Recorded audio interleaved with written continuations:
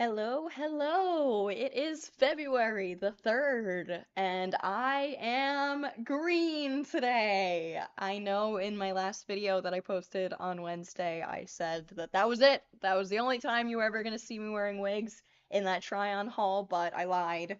Here I am. I don't know why, I'm really feeling it, really feeling the green, especially with everything we're going to be talking about today. I figured some of these topics are going to be a throwback, so I might as well pull out a bit of a throwback look as well. I'm going to give everyone a chance to pop into chat, see how everyone's doing, and I'm going to tweet that we are live.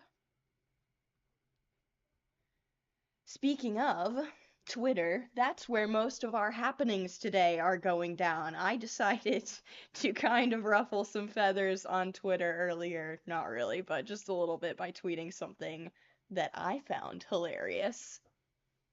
Green is your color, you're so pretty. Thank you so much, Chris. I appreciate you. Hi, everyone that's coming in now. Hey, Minty Cat, welcome back. We were just talking about me sort of tweeting something controversial. Not really. Just a little. I thought it was really funny. Hi, everyone that's coming in. I think I just saw Stuart and Courtney, Izzy. How are you guys? Good to see everyone. I know green, it really is my color, and I felt like going with something nostalgic since, we're talking about emo things today. I had to look the part. Hi, Bandit and Brock. Good to see you guys. So this is what I tweeted. Everyone on Twitter's been doing this thing where you can only save one album, for example, or one of the things. And I wanted to do that and make it evil. So I tweeted out, you have to save one of these four people. Who do you save? This is like not Trinity because there's four, the unholy quad of emo walking red flags. We've got our Lord and Savior BryanStars. We'll always refer to him as such. Got Ronnie Radke here looking his absolute best. And we've also got Onion Boy. A pleasure as always. And this tweet wouldn't be what it is without Dobby Vanity, so we included him as well. And so far, the responses have been very varied. Very varied. All over the place. Personally, I think I would save Brian if I had to save one of them. He's the only one that's not like an actual, well, I was gonna say actual criminal, but allegedly. But he's done his fair share of shit as well that could definitely land him in some lawsuits. I know he's threatened them many a times. He's threatened me at least like 4 times. But I still would probably save Brian because financial criminal activity is not nearly as bad as the other three. Who would you guys save? You gotta save one. I'm sorry. Like I said in the tweet, it's apologies. It's you. I've seen a lot of people quote it and say they would just unalive themselves, which is not an option. But I'm glad. It's good to know that many of you feel that way. Courtney says, OMG Nightmare Blunt Rotation. That's like the number one most liked response to it is Nightmare Blunt Rotation, 100%. And I said to that person, that is definitely like a surefire way to descend into psychosis for sure. Smoking weed with BryanStars, Dobby Vanity, Greg, fucking Greggy Poo, and, and Ronnie Radke. Yep, there she is. Other Shannon. She's a bae. We love all the Shannons for sure. Any other Shannons in the chat? Also, chat, you have to choose one. This is not up for debate. I need to know who you would save. Like I said, for me it would be Brian. This tweet was kind of inspired by like the trend that's going on. Obviously this type of tweet has become very popular in the last 24 hours. But also I've been interested in Ronnie Radke lore recently because my friend Evan, who I'm seeing some people in the chat saying they would save Ronnie, by the way. That seems to be the toss-up. Everyone's 50-50 between saving Brian or saving Ronnie, which fair. He only allegedly was involved in killing someone. The other two, we know for a fact that they done goofed in the spirit of Dobby Vanity. Let's see. Hey Sin, how's it going? Hi Jenny. Let's say hi to chat in here. Tim Bean. Okay, that's quite the username. I'm a 12-year-old. BB, what's going on, everyone? I'm gonna read everyone's who's everyone is saving. Saving Ronnie. Brian's biggest crime to me was being annoying. I mean, that's fair. That's absolutely fair. 100%. Okay, so again, just like Twitter, chat seems very split, 50-50 between Ronnie and Brian. Like I was saying, I've been getting very into Ronnie Radke lore as of recent, because I don't know if you guys are aware of my friend Evan. He goes by Thy Art is Memes on Twitter. I'm pretty sure he responded to this tweet. Let's see. Yeah, he did because I responded to him. Um, we actually met for the first time in real life. He is one of my. Aw, he deleted his tweet. No. Okay, but this is Evan. I'm sure you guys have seen him on fucking Twitter all the time. Thy Art is Memes, self-identified emo. He and Ronnie Radke have been beefing non-stop for like an entire week now. I met him, Evan, not Ronnie, thank God. I met Evan for the first time in real life, about a week and a half ago, 2 weeks ago. We have been like BFFs for fucking almost 10, it's probably more like 7 years. It feels like 10 years, but like 7 years, bro. And when I met him, he was in the midst of like getting into it with Ronnie like the entire day. Like I'm pretty sure the drama had just ended. Um, let's see if I can find any of their threads on Twitter here.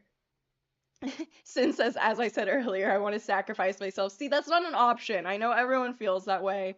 Got a lot more volunteering for tribute or as tribute in the chat, but that wasn't an option. I'm sorry, you guys. You have to save one.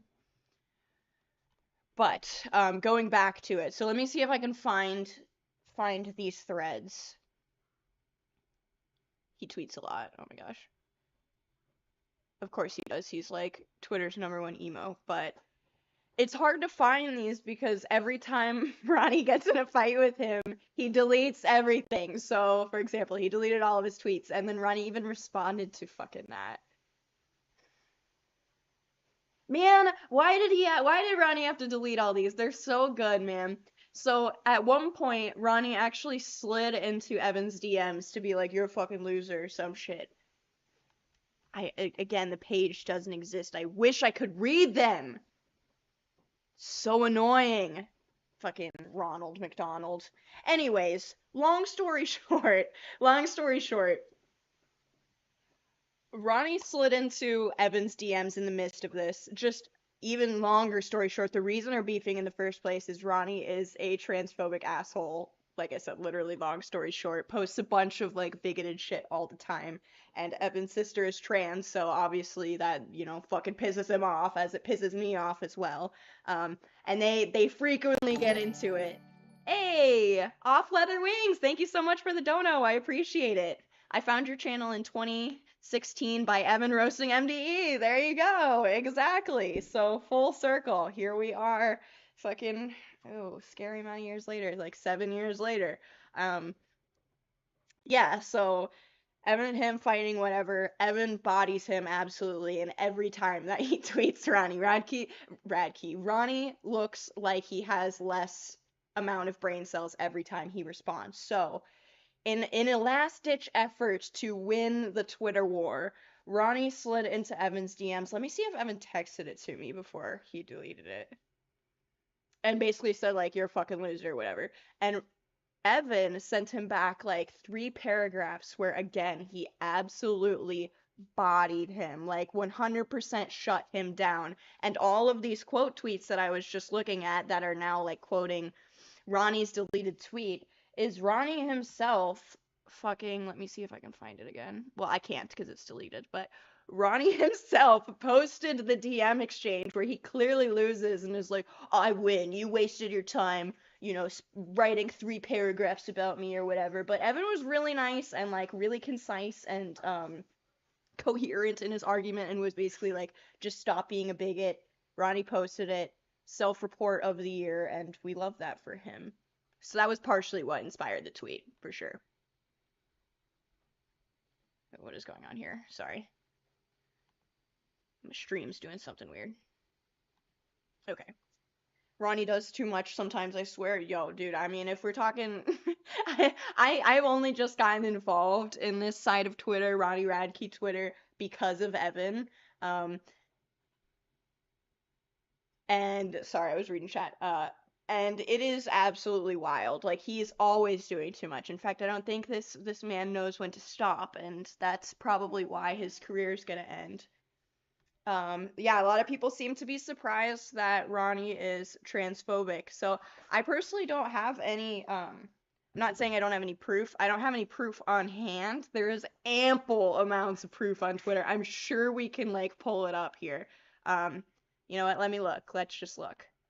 I've seen so many accounts. I mean, yeah, I've seen him compare being trans to mental illness. I've just seen him completely say, like, pronouns are stupid entirely, like, no pronouns should exist, which is the ultimate transphobe take because, like, if only there was an easy way to refer to everyone, such as pronouns. Hold on, let's see. I feel like if I just search, like, fucking Ronnie Radke and transphobic, it's gonna come up. I mean, something has to. Okay, so first one. I don't even know if I've seen these before.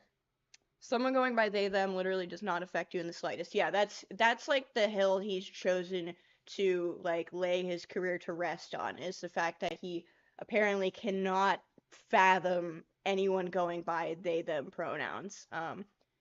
And like this person Lexi says, someone going by they them literally does not affect you in the slightest. Why is it so hard to respect people's pronouns? And Ronnie says, show me one person over the age of 19 that calls themselves they, them, which is like, there's tons of people, Ronnie, don't worry. Like, just, they probably don't listen to you because they don't suck. How does that make me transphobic? They, them does not make you trans. So he's just like, he literally is just not grasping, I don't know, just human reality, which seems par for the course. That one doesn't seem that bad. That seems very normal, Ronnie Radke. I'm not here to make sure your feelings aren't hurt. If this hurts your feelings, you need a fucking therapist. He just, I don't know. His hill to die on for some reason has seemingly been the they them pronouns. That's literally the first tweet that came up when I searched that. I promise you there was so much more. Most of this goes down on TikTok. Um, from what I've seen, like, and again, like I loved Escape the Fake growing up. I really did. I really liked the first two albums, I believe. I don't know. Dying is Your Latest Fashion, one of my favorite albums, and then the one before that, I literally can't remember the name. Or the one after that, I can't remember the name. Fucking because I don't care. I really don't care that much to find it. I love those albums. I think Falling in Reverse sucks ass. I don't really care. But every time that this man's bullshit comes across my timeline on Twitter or fucking TikTok or anything of the sort, that's all it ever is him being fucking transphobic. Oh, I see people trying to get into debates. Let's read this. Let's read this chat. That's not phobia, that's just disagreement, and that's not transphobic if you know the real definition of phobic and transphobic. Don't get me wrong, I don't agree with Ronnie, but it's not okay. I disagree with you because I feel like, just denying someone's existence, just saying there's no such thing as non-binary people, like sure he's not afraid of non-binary people. Phobia is the definition of phobia, like hydrophilic versus hydrophobic. Things that are hydrophobic are repelled from water. So yeah, that being repelled is the definition of phobia. You don't have to explain that to me. Trust me. I know that. Denying the fact that non-binary people can exist or implying when he says that show me a person over 19 years old who calls themselves they them. That's implying that it's childish and immature and a phase, which is like, 20 years ago, bisexual people such as myself, not that I was, fighting the good fight 20 years ago, I'm only 25, but there are plenty of people, I mean, even till this day, who say, bisexual people just don't exist. If you're a bisexual man, you're gay, and if you're a bisexual woman, you're looking for attention.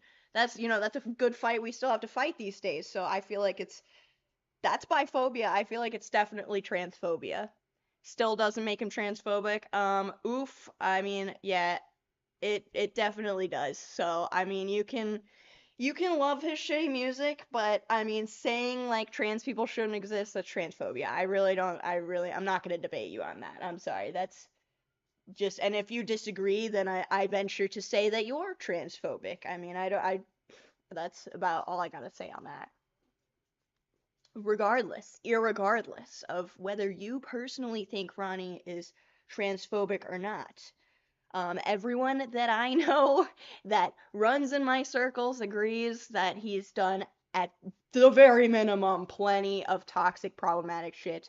Um, let's just go back to the fact that he allegedly was involved in a murder.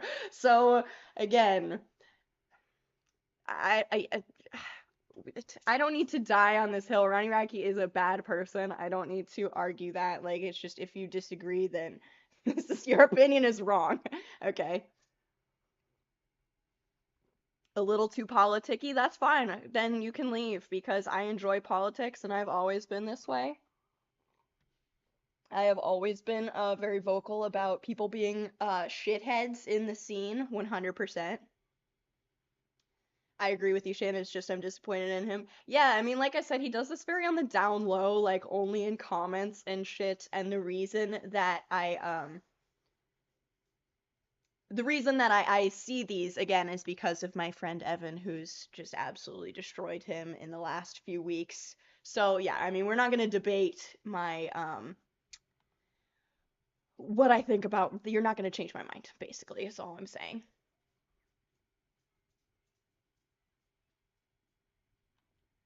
The vibe is low. Oh my goodness. You know what? It's really funny that you say that because I have been streaming for months now. This is the most negative thing I've talked about in months, and noticeably this is the most amount of people that I've had watching me. So, I don't really know what to say. I don't remember any of your MDE videos being about politics. Well, I was also what, like 17 in MDE, so like God forbid that I change over the years and form opinions and such. No, but I've always been, I mean, the reason MDE broke up was because I said, "Hey, this dude's doing like fuck shit and like let's not let that happen and people take advantage of other people." And you know what? The climate of the internet is still very much the same. People get mad at the person who talks about the problem because if no one talks about the problem, then you can pretend like it's not there. So, I don't know. On another topic, merch. I don't have merch at the moment, unfortunately. I'm sorry, but we're working on it. We're working on it. The more I stream, the more we can work towards those goals. Don't be afraid to speak your mind. I appreciate that, and I never have been, and there's always every small time that I do, there's always someone who's like, "You're so negative." And it's like, "Bro, God forbid I don't shit rainbows 100% of the time." I don't know. But like I said, on MD, for sure, I wasn't fucking talking about I don't know, social politics on MD because that wasn't the vibe, but I definitely was that girl this entire time. I've always talked about the hard stuff and whatever, the stuff no one really wants to hear, but then again, this is the most people that have been watching in a long time, so why are people so mad about your personal opinions? I I don't know. I mean, that's just the internet, right? But ah, on that note, another thing I did want to watch, which like I know the one person who like I've never seen in this chat before is like, oh, the vibes are down or whatever. Um, we were talking about Brian a few seconds ago, and something we talked about doing several streams ago was watching that video, which I didn't realize is actually way more recent than I thought. Um, there's a video that there is a video that Johnny recently posted where he reacted to this video that I'd have to look up. Ooh. Speaking of, there's Johnny right there. He recently did this video. Where is it? Where is it? Where is it? The rise and fall of BryanStars. So he is reacting to a video that, let's see if it's in his description. Be-do-do. Oh, this is backwards. Sorry. Like I was. Ooh. My headphone's not plugged in. Go. All right, who is this? FK or FXK Nate. Let's see. This is the original video.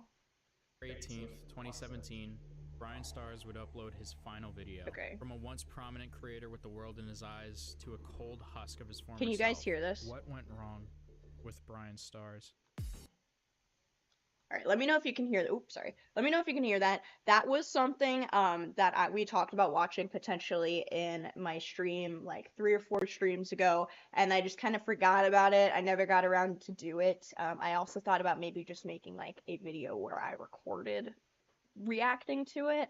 But I decided to watch it live if we're gonna watch it. Just keep the mood up, I guess. Since the vibe is down or whatever. I've thought everyone's saying it's a good video. It's a bit quiet. All right, I'll turn it up.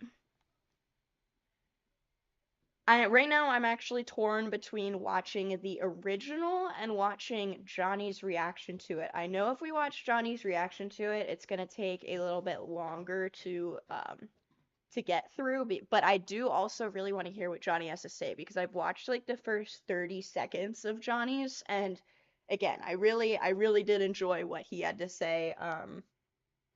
And that was all I watched because I wanted to blind react to the rest. So what do you guys think? Should we go with the original version without Johnny's commentary, or should we go in for the commentary, Johnny's commentary? A react to a react, an inception, exactly. A reactception. Do the reaction one. Hey, Karina, my simp. Why not both? I don't think I can watch both. They're like half an hour long. Johnny's is like 40 minutes, so Johnny's. Seen a lot of people say Johnny's. Okay, that way we get both. So let's just go ahead and let's fucking watch Johnny's. It will be a reactception. All right, like I said, I did watch the first like 30 seconds of Johnny's, but that was like it. You probably. Okay. Yeah, I got to a minute and 30 seconds and I was like, yeah, I'm gonna do this live. I'm gonna do this blind. I don't want to see any of it first. Okay. Hello, friend. This is a video made by FXK Nate, and it is called The Untold Rise and Fall of BryanStars. It came out 13 days ago now. It only has 775 views, now. So run it up. It's actually a really good video, so I thought we would watch it live, and I would give my input on it. This guy's really cool, though, and I really respect his opinion because it's very honest, and it's not just like a fuck BryanStars show, which I see a lot of people just kind of do in the world of the internet and everything. They're just like, fuck this guy, fuck him. That's easy to do, but it's yeah, not we talked about that when I was discussing potentially watching this video. That's kind of why I've always stayed away from Bryan related content that's put out by people that's not like, you know, MDE members, former MDE members, or Damon, for example, because I feel like a lot of people have so much disdain for this guy, but just don't even really know like the half of it. Like they don't even know what I would say like 50% of truly what makes this guy so manipulative, and you know, just the whole situation so unfortunate. So a lot of the content, yeah, like Johnny said, does come off a lot as like fuck Johnny Gilbert, fuck BryanStars content for sure.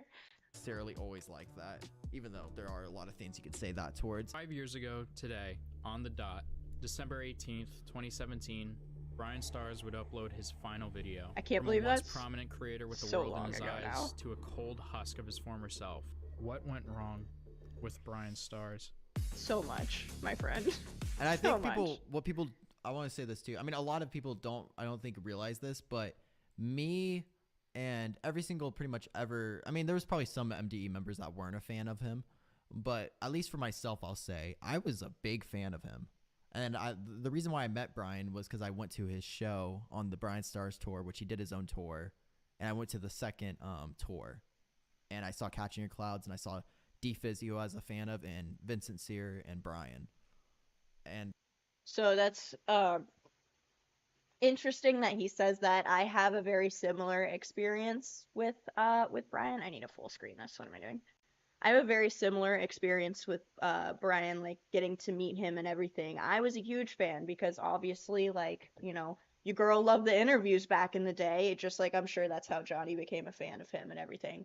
Um, but yeah, no, I love the interviews. I had watched for a long time. I was one of those people that were like really upset when the Christopher Drew interview came out, and Bryan had his legendary crying moment. Like that really upset me. I was a huge NSN fan, and I was like, no, I'm swearing this guy off. Like BryanStars forever.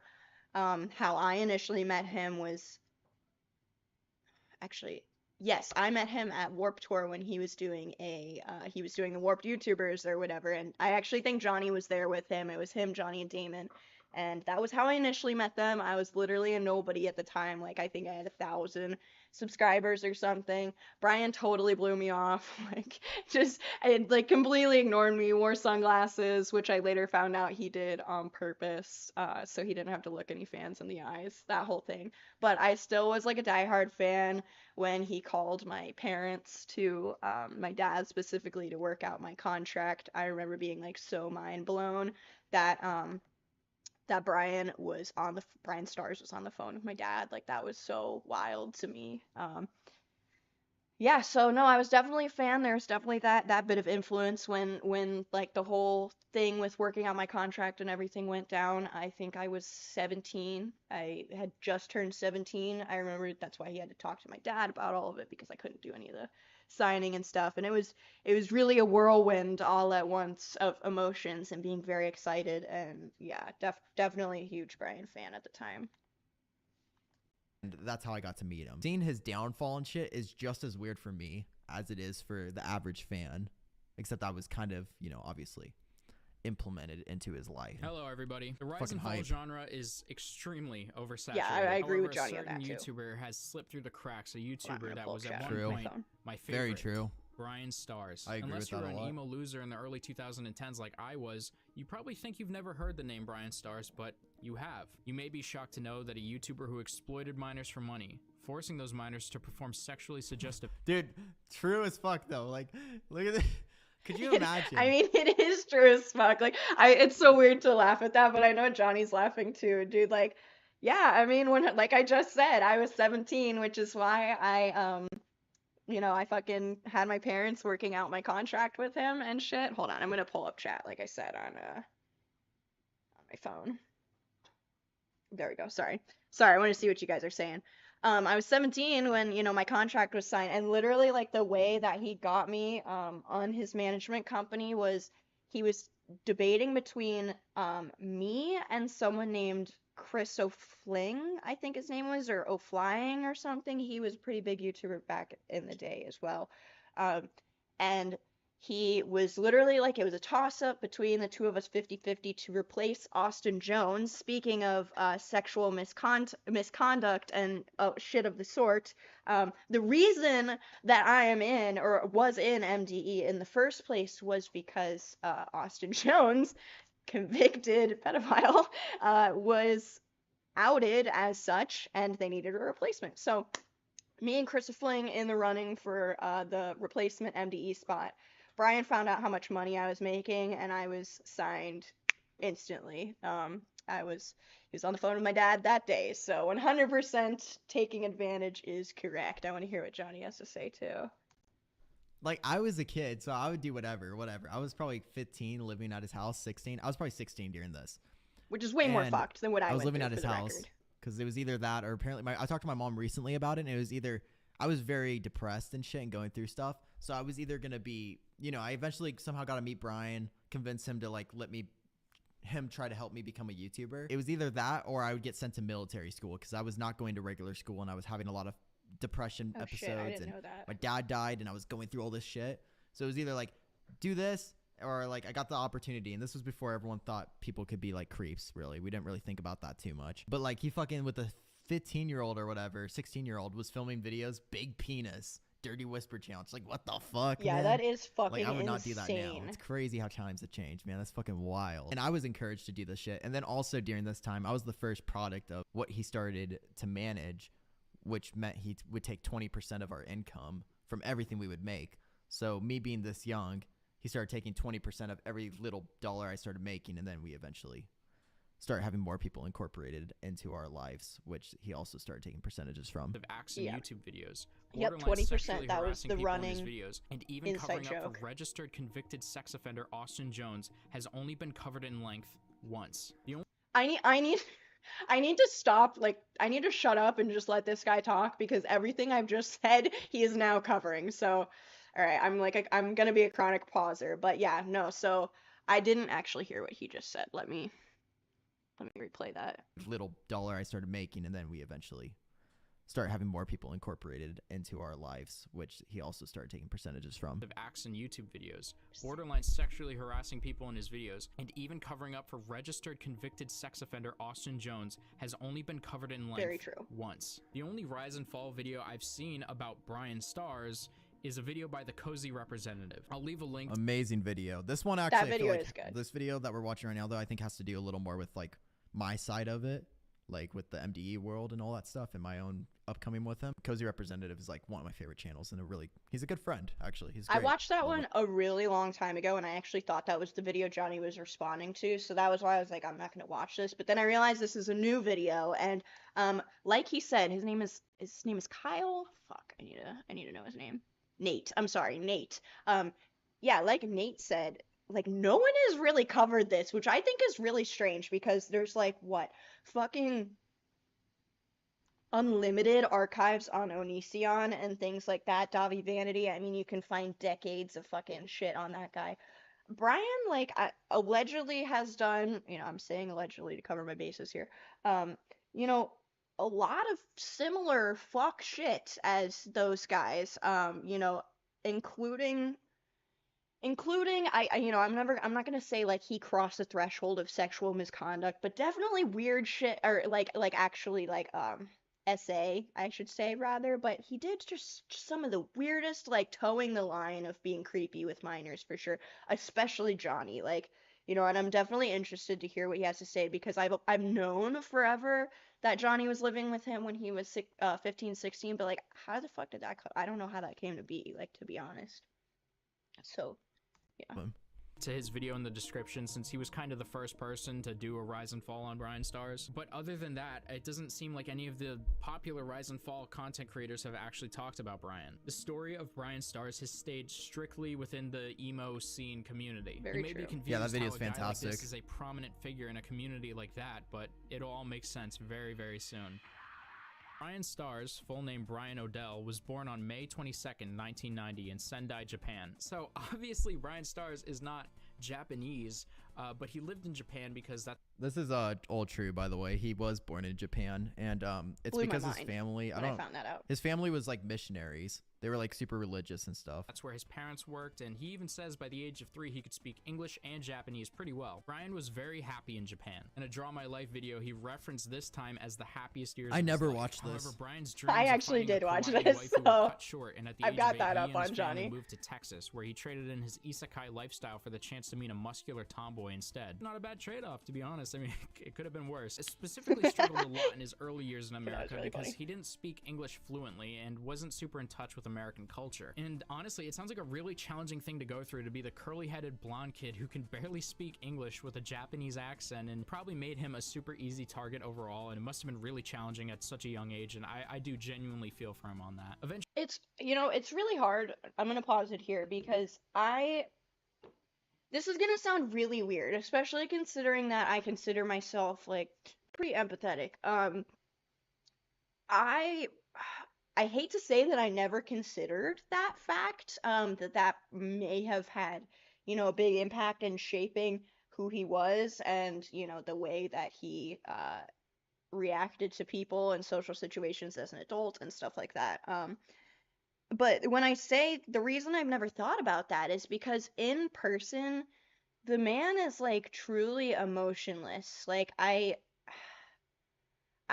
not a fan of like of using of A, just diagnosing other people, and B, flagrantly using the word sociopath. But in my experience with him, the only thing that ever seemed to matter was money. And I was actually talking about this. I was talking about someone else in my personal life, with my boyfriend, and relating him actually to Brian. And I was saying, like, you know, this man was just stone cold stoic all the time, very calculated and mathematical, and everything had a purpose for what he was doing, whether you were aware of it or not, and never had emotions unless it had to do with money. And as soon as money got involved, there was plenty of emotion. So I guess when I say like I never you know, really considered that as being a part of, you know, why he was so, you know, having a difficult childhood. He never talked about it. Like, you know, even knowing the man in person, he barely seemed like a person, I guess is what I should say. Like it was just very odd. Like MDE would go out to eat, he never came with us. We would literally be hanging out in the living room like with just a door between us, and he would never come out and like talk to us or anything. It was very odd, but in such a cold way, like I said, that like I guess I wasn't empathetic to it, or, you know, thought about why.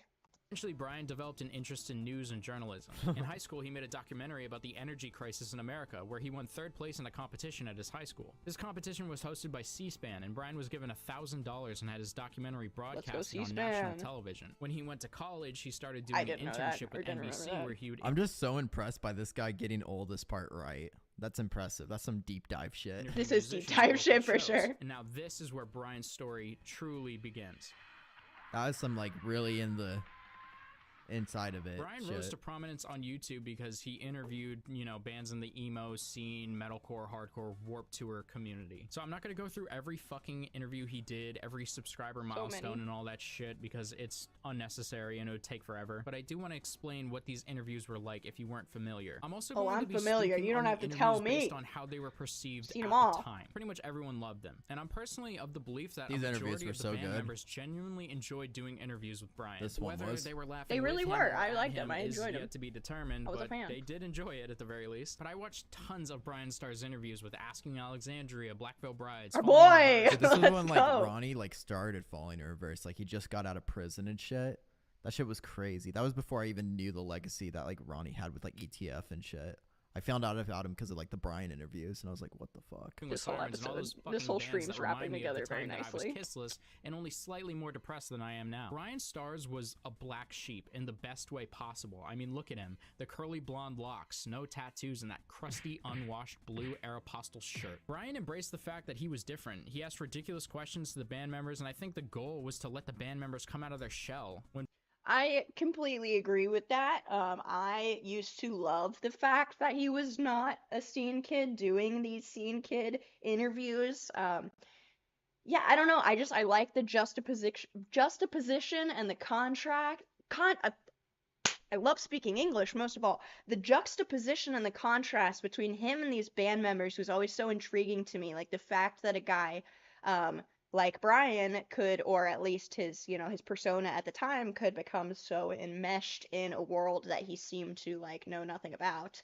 And that was why when he developed MDE and like, you know, started becoming an emo kid of his own accord, it was so jarring because, you know, even from your guys' perspective, you all knew that like he was to an extent faking it, and like not to be an alternative gatekeeper or whatever, but he went from this to wearing like only Black Veil Brides merch. Trust me, I was there for months, the same shirt every day. Yeah, and pretty much like that's it. And doing the hair thing, which, you know, was destroying his hair and he hated doing. And, you know, from an inside perspective, we knew it was all a front because he told us. From your guys' perspective, you knew it was all a front because it was obvious. But again, that's why that he did not understand that this was what made him special. The Aeropostale, like fucking being white boy Bryan wearing his blue ass tracksuit. Like he did not get that. he could not be genuine to save his life. So when band members were doing 3 interviews a day answering the same questions, they started to develop ways to answer those questions and just were like robots in the interview. Most of these interviews were so fucking dry, like how's the tour, how are the shows been. Nice that Bryan was giving band members the opportunity to let loose and catch them off guard. Johnny seems to know something and about show that. their personalities to their fans. But it's weird because Bryan somehow had the clarity to know that in a saturated market of band interviews that you had to break the mold a little bit, but for some reason the only thing he could think of doing different was essentially sexually harassing the people who it's interesting. I think like back then especially though, like if you look at YouTubers like Shane Dawson and like Destry Smith, a lot of them, their content was based around sexual jokes and humor and 100%. shit. So he probably in a way got like the same kind of treatment where it was being praised, but now looking back on it, it's like fuck that. Yeah, it was like praised almost. It was rewarded. So why would you stop doing it in a sense? What is it like? But it was definitely rewarded, and I was kind of thinking to myself, like, how did none of these band members kind of call him out back in the day? But this was definitely the culture, and I think it's still in part the culture. Like my last boyfriend, for example, not Seth obviously, but my ex-boyfriend who I was in a band with, he exposed me to, he was a drum tech for some other bands in the scene, and he exposed me to a lot more of like what it's like just being on tour and like being around all these people. And yeah, it's not a very like safe for women culture. And he took it a step further because he was mostly doing this to men actually, so I guess it really doesn't matter, but it's just not a very like, I guess, I don't know, it's, yeah, there's lots of fucking sexual harassment in the scene. I guess that's all I could say. Like to be arguably the most beautiful lead singer in the metalcore genre. It wasn't even the porn star name. It I was was gonna more say, than that's that. not It was more bad. so like that shit where he's like, what is it? Like he would say this to females too, and no one knew he was like gay at the time. Even if he, if they knew that, it probably would still be weird. He would be like, what does it feel like to be the hottest girl on Warped Tour or whatever, the most sexiest girl? Sometimes it was just like kind of off. It was just weird. Bryan's most iconic. I feel like that almost makes it a little weirder though, like now knowing in retrospect that he is gay, or that's, what he says, which, I'm not going to debate that obviously. It's just, again, it's so weird because there's like he's such an unpersonable person, like never got any signs one way or the other really. Like I didn't know he actually like felt emotions towards people is really the be all end all of that. What was I gonna say? Fuck, what did Johnny just say? Oh, what I was gonna say is it almost makes it weirder that he was like sexualizing women when he's not even interested in women or like have any sexual feelings towards women, because then he's just doing it for the sake of doing it, you know what I mean? Which is like almost worse. Like there's no actual emotion behind it or desire, which I'm not defending either way. I'm just saying it just makes it weirder, like just to sexualize someone for the sake of doing it. Like it's just fucking weird.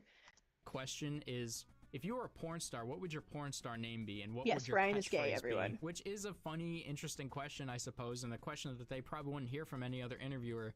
But a lot of his joke questions were kind of just like homoerotic and hypersexual. I guess the idea was to loosen the band members up so they could be themselves and be goofy, and it's a great idea, but I can think of tons of ways to ask weird questions without being fucking gay about it. I think the reason why he was super like sexual and gay about it was due to the fact of that just being the most rewarded thing when it came to the interviews. When people talked about it and everything, he was like, fuck, like this is what people want more of. This is what is like making me seem different than the other interviewers.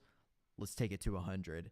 And by doing that, it got really fucking wild. Did he ever make you uncomfortable? The only thing that That's exactly what I'm saying though, is like the fact that it was like less of an actual like he gets enjoyment out of doing, this fuck shit or whatever, and, making people feel uncomfortable, and more so the fact that he's doing it just because of the numbers and the money. And that was what it always came back to, at least in my opinion, from my experience, was like everything was money and numbers, very calculated and cold. Again, like I said, like, oh, this type of content, even though it's fucking weird and I don't get any personal enjoyment out of it, it equals money, it equals revenue, so I'm gonna keep doing it. That's totally, Johnny hit the nail on the head.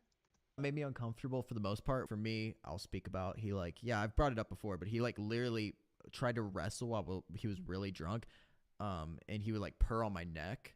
And he went, and I was like, what the fuck, dude? That was the weirdest thing he's ever done to me. 18 or so. I was like, that's fucked up. That's not like cool. That's weird. It was weird. And I was like, I don't want to wrestle you, dude. I'm a fucking adult. Like, what the fuck? Like, I wasn't an adult. I was a kid. I was like 18, but I was like, I'm too cool for that. Like, what the fuck, dude? The only other thing he did that was like obviously just super out of pocket was giving me drinks. And like he did this with other people as well. But he gave me drinks. I'll speak about when I was 17 or so. And he would like give me drinks he would pour drinks and hand them to me. And I'd be like, I'm good. And he'd pour them and hand them to me. And he also didn't like let people know that I lived with him. Like, no, his parents didn't know I lived with him. The only people that knew that I lived with him was my family. His family didn't know. Where'd I sleep? I slept on the couch that we would film videos on. And for the most part, it was fun. And like he wasn't like. And I want to elaborate on the drinking thing because I feel like he gave, you know, again, I guess I don't want to speak for anyone else, but since Johnny's already put it out there, and you know, I was not 21. I was definitely over 18, but he, you know, he supplied alcohol for all of us, whoever wanted it. It was for me, it was of my own accord. I'll say that. I had already been drinking in my life, even though I was underage. That doesn't excuse him like buying the alcohol for us or whatever. But I will say, like, he would never like for me would put the drink in my hand, that type of thing. But I spent a lot of time with all these people, and there were a few nights in particular where I remember, I'm pretty sure it was a Super Bowl Sunday, and we were in the studio, and it was me, Kyle, Johnny, my ex-boyfriend at the time, Tyler, and Brian, and we were recording Brian's EP, and I remember this specific day that you know, I don't want to go too in depth because this is not like my story to share, but since I know he's kind of already talked about it, I just want to back up his claims. There was a day where Johnny really did not want to drink, and I long story short, basically, like every time Johnny would try to get rid of his drink, Brian would be right there with another fucking drink to like make him drink it. And I remember Johnny specifically saying like, I don't want to drink this, and he was like, come on, you're so lame, like that kind of thing. Just, I mean, the most like 90s drug PSA peer pressure that you can possibly think of. So, and that it ended up being a really bad night, and Brian did nothing to help. So there's that story. So 100% yeah, just validating what Johnny has to say there. I don't know. He wasn't that weird, but now looking at it as an adult, it's just like weird. Interviews with Andy Biersack from Black Veil Brides, Danny and Ben from Asking Alexandria. I even checked out some old interviews of bands that I started liking after the BryanStars era, like Volumes, for example, and that interview was pretty funny too. But it is also worth mentioning that in all of the interviews, and I mean all of them, there were at least a few moments in them where the band members would be verbally and physically uncomfortable. On top of that, the band members would occasionally just bully the fuck out of Brian. Did he not have okay, I kind of want to see this. I don't remember that. Lived with him. Probably the friend that knew the most, maybe. I don't remember if he knew. I don't think he really did. I think he really kept it on the down low. He said, like, I lived in the same apartment and stuff. There was this one kid that actually used to come to his apartment. I don't remember how he knew him. I think he used to work at a YMCA, like Thane, Brian did. And this kid, like, met him through that. And he was just being nice to him, I'm pretty sure. Like, it was just him being nice.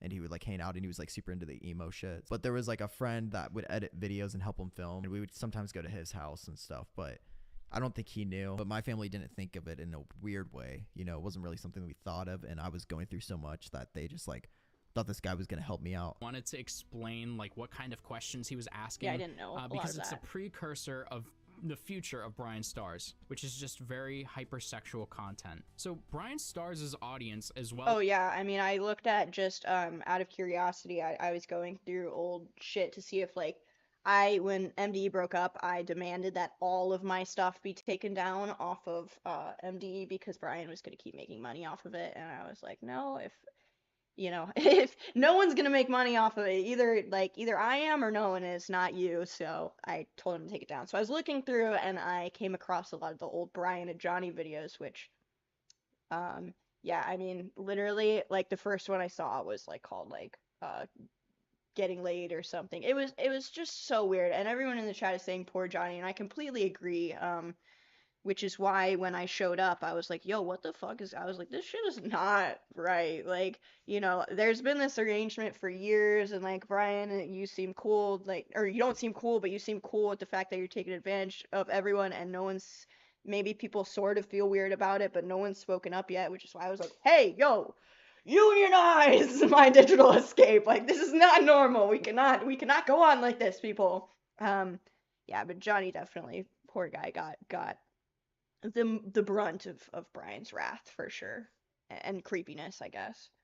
As the audience of these emo, screamo, post-hardcore, whatever the fuck bands consisted of underage girls that were like 12 to 15. So the girls watching these videos, they were fine with it. They didn't see anything wrong with it, and I didn't either. I was around that age as well when I watched his videos. But after hundreds of interviews, it was only a matter of time before somebody snapped.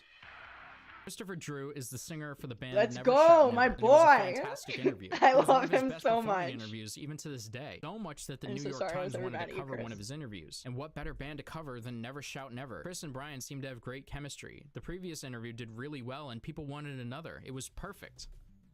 That first interview, I'm not kidding, like probably defined partially me, who I am today, which is just weird to say out loud. So yeah, I mean, the world is so small, guys, like that I was one of those 12, 13, 14-year-old girls, however old I was when that video came out, that was watching this, wide-eyed and so excited, in love with both Brian and Christopher Drew. And yeah, I mean, that shit made me who I am. I remember this interview, what we're looking at on the screen right now is burned into my retinas for the rest of forever. So Hey, what's up, you guys? We're hanging out here with Never Shout Never. I think I heard about you And like, starting and like for me as a kid, the first interview with Never Shout Never was a huge part as to why I became so like when I was young. I was like, Christopher Drew, I have to wear the black marks on my face and the furry hat and shit. dude, Like, me and tell him in Johnny are interviews, the got same getup person. that I love was you, trying to do Johnny, when I so was much. That's hilarious. 15 or so. So Brian was like also a big reason of that. So like I was just as much of a fan and all that shit. But this is the second interview and this shit was That's so funny. rough. Oh, and that's so I cute. think for the most part Brian was probably mistreated in this interview. I don't think it was cool still. As much as I still like Never Shout Never and all that, I do think that Brian was mistreated in this. I do agree. I do feel like, as much as I'm saying, like, let's go, Chris, and I do love Christopher Drew. Like, I was so mad at him when this came out. I do feel like he should have just not done the interview, and or done this whole situation in an, I guess not nicer, just not really a nicer way to say, like, your show is a joke, which is what he ultimately ends up saying. But he should have just said, like, I'm not interested in those questions or whatever. And then when cameras weren't rolling, been like, look, dude, I'm not comfortable. If you want to interview me again, you need to, like, cut the shit or whatever. But yeah, I mean, definitely am not advocating for treating people poorly, especially face to face on the internet, whatever. But in retrospect, a lot of what Chris said really resonated with the things that he did to my digital escape, to all of us as people later on, years down the line. So rewatching it sometimes I'm like, yes, someone was on our side from day one. But no, I mean, I agree with Johnny. Like, obviously should not have been such a dick about it, I guess. us that we broke up. When are we gonna start talking about music? Because that's what we're all about. Well, I'd like to start now. Let's see. Nope. We're not about any bullshit. We're just about. Someone said he probably mad at did, me but because Brian of the edited it to be Rest the in victim. Peace, That's a Never good. Shout Never video. You are trying to make a mockery good of all point, the chat. bands that you're interviewing. Possibly. It's these questions. Was I anti-Chris when Brian made him cry? I don't remember, honestly. I mean, I was. definitely was like bummed. I was pissed. Definitely was bummed and like thought it was rude, and I still think it's rude, and I packed still up don't the think it shrine. was okay. I do understand like where he was coming from to an extent. I just think he didn't come off well spoken with it or anything. It just came off harsh and bitter. And I think maybe he should have like been like, hey, can we pause the video and like have a talk real quick about this or something? But instead it was just like kind of while the video was, he almost wanted people to see it during the time. And I agree that a lot of Chris people are like, wanted him oh, to Chris see was it. right about this. I don't think he was necessarily right, but I also don't think Brian really felt out the situation correctly either. We don't really want to talk about this type of things. These guys don't appreciate questions that are I think he was bullshit, also like because on these guys are real acid. musicians. I In don't know if you know that. retrospect, is what I've asked him 2 heard. questions and he hasn't given me an answer. Well, because you've been weird about it, man. Realness isn't all. After this interview, we like all started hanging out during Warped Tour. Actually, like Deadass did hang out with them quite a lot, and they were like very nice and stuff. It was just, I don't know why this ever existed, to be honest. It's kind of frustrating to see how people view this video in modern times. People say things like, oh, Chris saw through Brian and we should have seen the signs ahead of time. Fuck that, okay? I'm gonna be plenty critical of Brian in this video, but this is not I guess the I'm time. kind of of Brian that drove opinion a And little bit. I really appreciate this person's perspective on it, because this is completely how I see it as well. There's plenty of situations to be critical about Bryan. The dude has done a lot of fucked up shit, but this was just not, this was like fucked up. Like, sure, Bryan could have asked more like, you know, chill questions and stuff, but this was just not like his fault. This was just like, Yeah, this it's was too interesting hard. hearing It's okay their, to like kind their of be like, takes hey, on I'm this. not I want vibing to hear with what these Nate has questions. to Can we say do a little too. more of this or whatever? But to like kind of put him in this situation that's just very uncomfortable was just never cool. It was at this point his most important interview yet, and Chris was a total fucking asshole to him, as well That's as the other absolutely members true. of the band too. Never Shout Never knew what they were getting into. Everyone in the scene knew what to expect from a BryanStars interview, and Chris is no exception. Chris later went to Twitter and blamed being on acid during the interview as why he was such a dick, which, to be fair, I wouldn't be surprised if he was on acid because he was acting a what I little heard bit weird. too. Why the fuck would you take acid before an interview? That is I mean, I really think with fucking the taking stupid. acid before an interview, I don't think it was necessarily his goal to take acid before an interview. I think he was probably just taking acid in general and was just not, you know, growing up That's and stuff. valid. And I think he just was in a, you know, a space where it was just like, I don't want to be seen as this like cutesy, lovey guy and all that stuff a little bit. I want to be just seen for my art. And Personally, I never think done acid, so I because can't of that, vouch it for became that. a little But bitter. Not only did Bryan drive 7 hours to do, but was being covered by a huge media company and was insanely important to Bryan. Bryan would have just interviewed like Andy Biersack again or something. That would have been a He was originally going to, I'm pretty sure, interview Black Veil Brides, but they were like not touring during that time or something. that is really interesting, though. I wonder if this Christopher Drew interview never happened, if Bryan would have gone down the same course. Like this Christopher Drew interview shattered the emo trajectory of the future. Like, had that not happened, I wonder if MDE ever would have came to be, you know what I mean? So it is like these guys are saying, I'm glad that they had a different opinion than me, because you know, it is really easy for me to say like, oh, he saw through it all the time, or he saw through him way back in the day, and he's, you know, we had someone looking out for us in the beginning, which it does, you know, kind of feel like that when I watched that interview.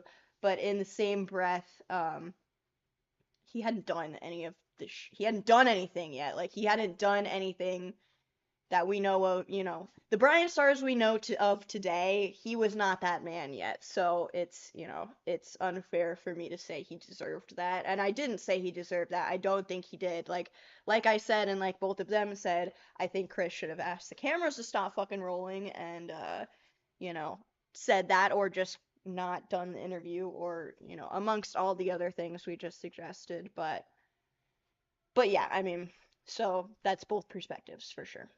Something. So that's why he didn't, and that's why his second option, he said, was Never Shout Never. fantastic interview. I mean, Andy is a sweet guy. Fuck, Andy Biersack was even nice to Onision. The interview was a shit show, but the internet had Bryan's back. And He so was did a nice few to members from the Onision. bands he interviewed, like Andy Biersack from Black Veil Brides, Chris Franzak from Attila, Kellen Quinn from Sleeping with All of this was so iconic. You had to have been there. It was so iconic. said. Chris eventually Completely apologized. He blamed it on acid, which not only doesn't excuse you from being a dick, but it makes you a careless dick. At the end of the interview, you can see Bryan like visibly upset. He's crying. I cried fucking with him when bawling. this came And out. That was I don't rough. care. And this is when BryanStars started to become like a celebrity in the scene, hardcore and emo community. In the behind the scenes footage for BryanStars interviews moving forward, he was constantly being approached by fans. People were so excited to see him, and he was even getting chants from the crowds. Crazy. I think for me as like an outsider and stuff, the reason why I connected with Bryan so much, he wasn't trying to be anyone else, but eventually he did try to be someone else. And I can understand why he felt the need to become someone else, but I can say from my perspective and everyone else, we never wanted him to be trying to be someone else. I always wanted him to be Bryan, like how he was when I was a fan of him and all that stuff. Yeah, I guess my perspective differs from Johnny in a sense that when I really met Bryan, like as an equal and not as a fan, he was already into the process of transitioning to this, you know, fake emo money grab, whatever he was doing with the straight hair and the you know, the band shirts and everything. So, you know, I never really got to know Bryan as a person before any of that, which is unfortunate because, you know, he's like, Johnny paints a picture of him that was, you know, not very different, but different enough that, you know, I could have seen his life going in a different direction for sure. So, That's why I am personally more harsh on the man. I never got to know him as, you know, the friendly, I guess, friend version of Brian that some of these guys did. So in late 2012, BryanStars was on top. He was doing interviews, and later he would announce his BryanStars tour. The BryanStars tour featured some bands across the country, and this is the tour I Everyone's went on, flashing or I back didn't go on. in I chat. met him originally at, because I was a fan of him and Catching Your Clouds and Late Night Reading. people the opportunity to meet Brian for the first time. This was a really, really good I think I was like idea. 15 or so. I can't stress that enough, because the thing is that nobody could really meet Brian at this point unless they were in his area going to a show that he happened to be interviewing for. So this gave people across the country the I did not go opportunity to to this meet show, their for the favorite record. I YouTuber. went to So the the tour next itself BryanStars isn't tour. entirely important to the story of BryanStars, except for the fact that a certain person comes into frame. Arguably the most important person in the story aside from Brian. Brian would hire a young man named Johnny Gilbert to run the merch stand for his tour. Johnny was only Johnny. 15 I years forgot old he at this did time. merch. Johnny was and is a good-looking guy. He's got the cute emo soft boy look with the squirrel hat and the face paint, and BryanStars' community, like I said earlier, was young teenage girls. As you Emo can see, girls who love emo boys. as you see in this clip of me, I was quite the fan Really, of like- Christopher Drew, because I'm literally wearing the same He is exact little sweater Christopher as Christopher Drew and doing calling the him the marks and the pawn. fucking same fucking bear hat. So I was quite the Christopher Drew fan and friends with Brian at the time. It was very strange to mention, but I eventually do film the Never Shout Never interview number 3 with Brian and Chris. So like I would Oh, say that's wild. 18-year-old me is like holding the camera while they're talking it out, and I'm like, oh, this is really fucking weird. The community That fell is in love with really Johnny. fucking I mean, weird. he I didn't was know and that. Still is a really sweet guy. And so Brian would slowly start to integrate Johnny into the content. Brian would start to distance himself from Hey, doing thank interviews to you. doing more Oh, wait, normie let's see what that content was. like challenges and skits and stuff. Down the line, Brian And I think like he told me in the past, like he just was so burnt Hold on, I want to see who donoed. Thank you, chat. I don't know. Whoa, that might have been Johnny's chat. LOL. That's fucking hilarious. Okay, I don't know if that was my chat or not, but thank you to everyone who's donated so far. I appreciate you. You're sweet. All right, I'm back at it. I actually think that was Johnny's chat. out on the interviews, which is understandable. I mean, you could be like that.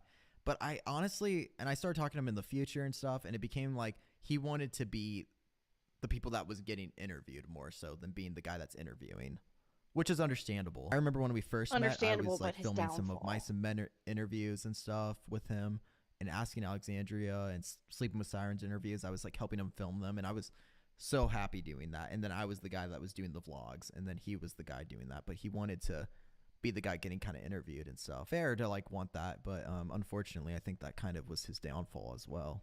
Dude, and why am I realized even that doing there this? were Johnny's more just emo saying everything teenagers on I'm YouTube saying. that This he is could so weird. capitalize on. And so now we enter the beginning. At least, okay, all I can say is if this was a court of law, Johnny and I's stories would match up perfectly. Literally, like, coming with receipts. Anecdotal receipts. Of the end of Brian. That you helped him film. Yeah, no, that's why I got a lot of those photos from back in the day with a lot of those band members and stuff. I filmed not a lot of them, but I filmed quite a few when I started becoming his friend and stuff. I really, for that whole like there was like a whole year, which a year of like when he's creating content. Yeah, you're filming quite a lot. I don't know And why I didn't know even that. back then, as like a 16 or 17-year-old, because I knew Brian and shit, people were coming up to me back then, and I was like, what the fuck? And I was super new to that. But since Brian was so popular during that time, people were like coming up to me, and I was like child and shit. My Digital Escape is a YouTube channel created by BryanStars. It was created by Let's me go. and Brian. People always like Correction. it was created. The idea came from Brian saying that we should make a channel like O2L, which is our second life, but make it emo. Understandable. Pretty good idea. That's still to this day how when people are like, oh, what do you do for a living? Or like, what did you do on YouTube? That's how I always explain it. I'm like, I used to be a part of this thing. Do you know who O2L is? Yeah, the emo version of that. And people are like, okay. But yeah, 100%. But I lived with Brian in Nebraska, so I made the trailer, which was the intro, and it had like a Shane Dawson theme song, a Super Love. Found Alex somehow. It was Super and then Love. he found some members. I found like Alex and Alex Ramos, Jordan Sweeto, because Jordan and I collabed in the past. And then Brian found Kyle Super Love. and fuck, who else was in the channel originally? Austin Jones. It was Austin Jones.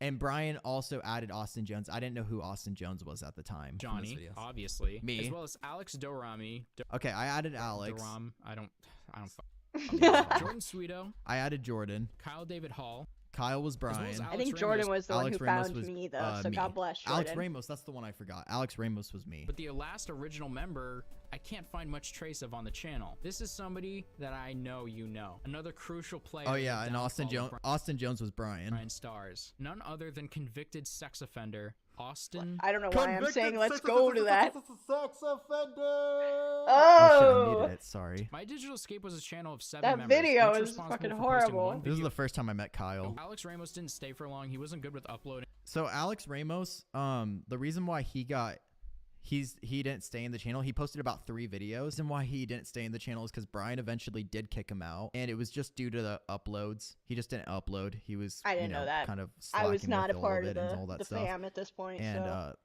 therefore, like, it was like, okay, you gotta leave.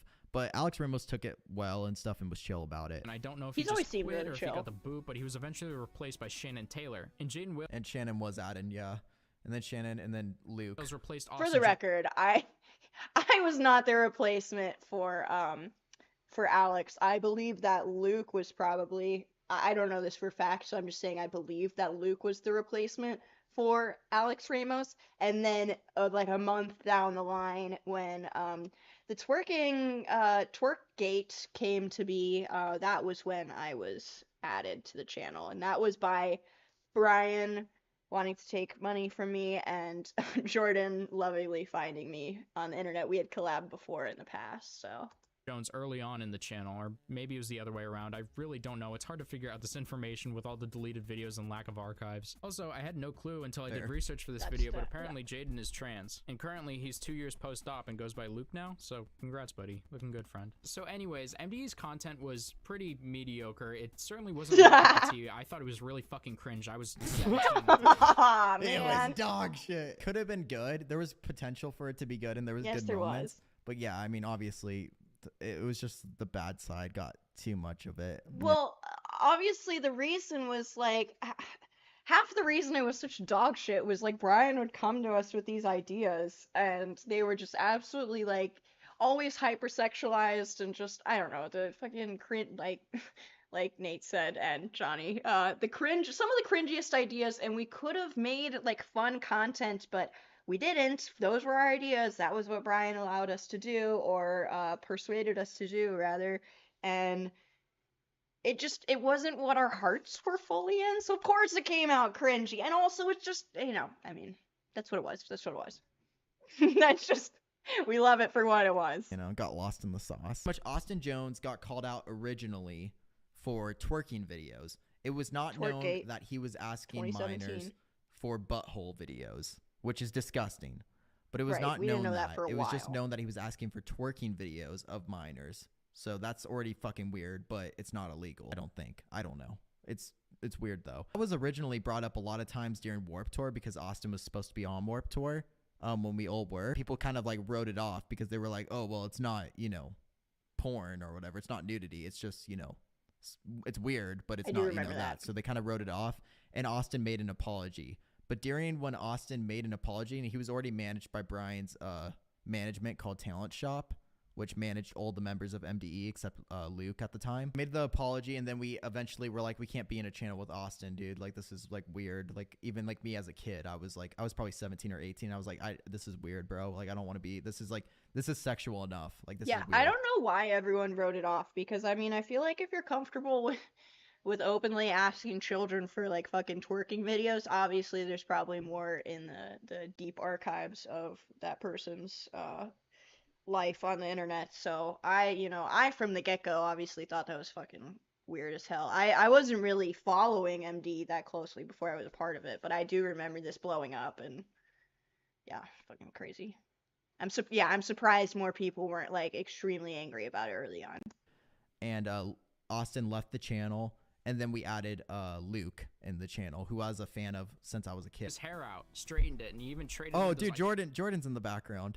This was like a hot topic. I do truly, Luke was 100% a part of the channel before I was, so I do believe that Luke was the replacement for Alex. I know for a fact that I was the final the final piece of the puzzle that came in when Austin got kicked or left or whatever. So yeah, around this is when I come into the picture here.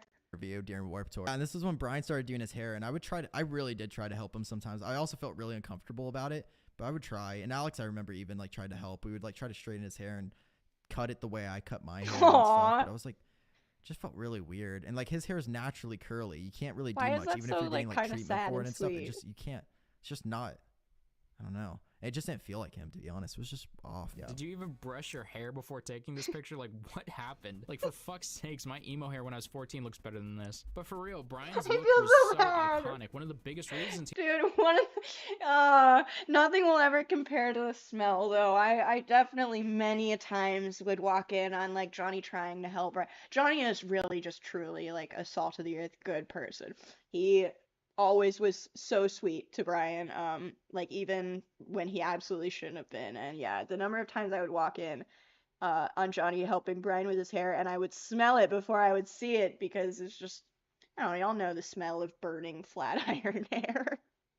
he was so iconic was because he stuck out like a sore thumb. Being emo was all about being different, but ironically, the nerdy kid wearing an Aeropostale shirt was what was different in that community. He was kind of put into 100. a box where he felt like he had to wear the Aeropostale shirts. He had to did. keep his hair short. Feel that way? So I understand him wanting to break free of that mold, but it seemed like it was a business move, and you'll learn why I think Definitely was. At least at like some point when he started doing his music, it definitely became a business move. that as we watch Brian Look, 100%. And I have insight on the EP for because sure. something happened in between the inception of My Digital Escape and the fall, and it may be potentially the worst thing Brian has ever done. I'm sure you know the story, but I'm just gonna go over it real fucking quick, but from the perspective of BryanStars. Essentially, Austin Jones was a YouTube-based pop star. Very talented, very cool, very swag. I don't like it. Because Austin was exposed for attempting to solicit explicit pictures from underage girls around 14 to 15 years old. Austin would also give them twerking tutorials. Hey cutie, Oh my god, I haven't watched this in so long. This shit's so weird. Hey, cutie. And also, I'll say I like, this: Austin Jones had access to My Digital Escape's Twitter at the time because he was a member, and we were on Warped Tour, and I was with forgot Kyle about and this. everyone because they like visited, and Austin took My Digital Escape's Twitter when we weren't like wanting to be in a channel with him anymore, and he tweeted Austin Jones should kill himself, and then deleted it so everyone that had notifications, which it was very popular at the time, Yeah. saw it. And they thought that Dude. we tweeted Austin Jones should kill himself. Genuinely. Dude, I remember this. We were all together. I don't know if it was Warped Tour or what. As far as I remember, it was all 7 of us were together. And I remember I was logged into my Hey There, I'm Shannon Twitter account. I remember getting the fucking notification and I had just joined MDE too, sitting on the bus with all these motherfuckers, like that I had just met some of them for the first time. Get the notification from our own account. Fucking Austin Jones should kill himself. And we all looked at each other like, what the fuck? Like, we were like, did someone in here do this? But we traced the IP and, Brian traced the IP. He was good for some things like that. And, found it was from Ohio, I believe, is where Austin lived at the time. And it, like, we had his address. Brian had his address because, we fucking work together, tax documents, shit of that nature. We know where he lives. And he didn't use a VPN or anything. And just, goddamn, that is some fucking maniacal ass shit. Austin Jones should kill himself. Who is that crazy that they tweet that about themselves? Like, I don't know. Genuinely. But it was actually him. Incredible. Tracked it, and it was his house that it was tweeted from.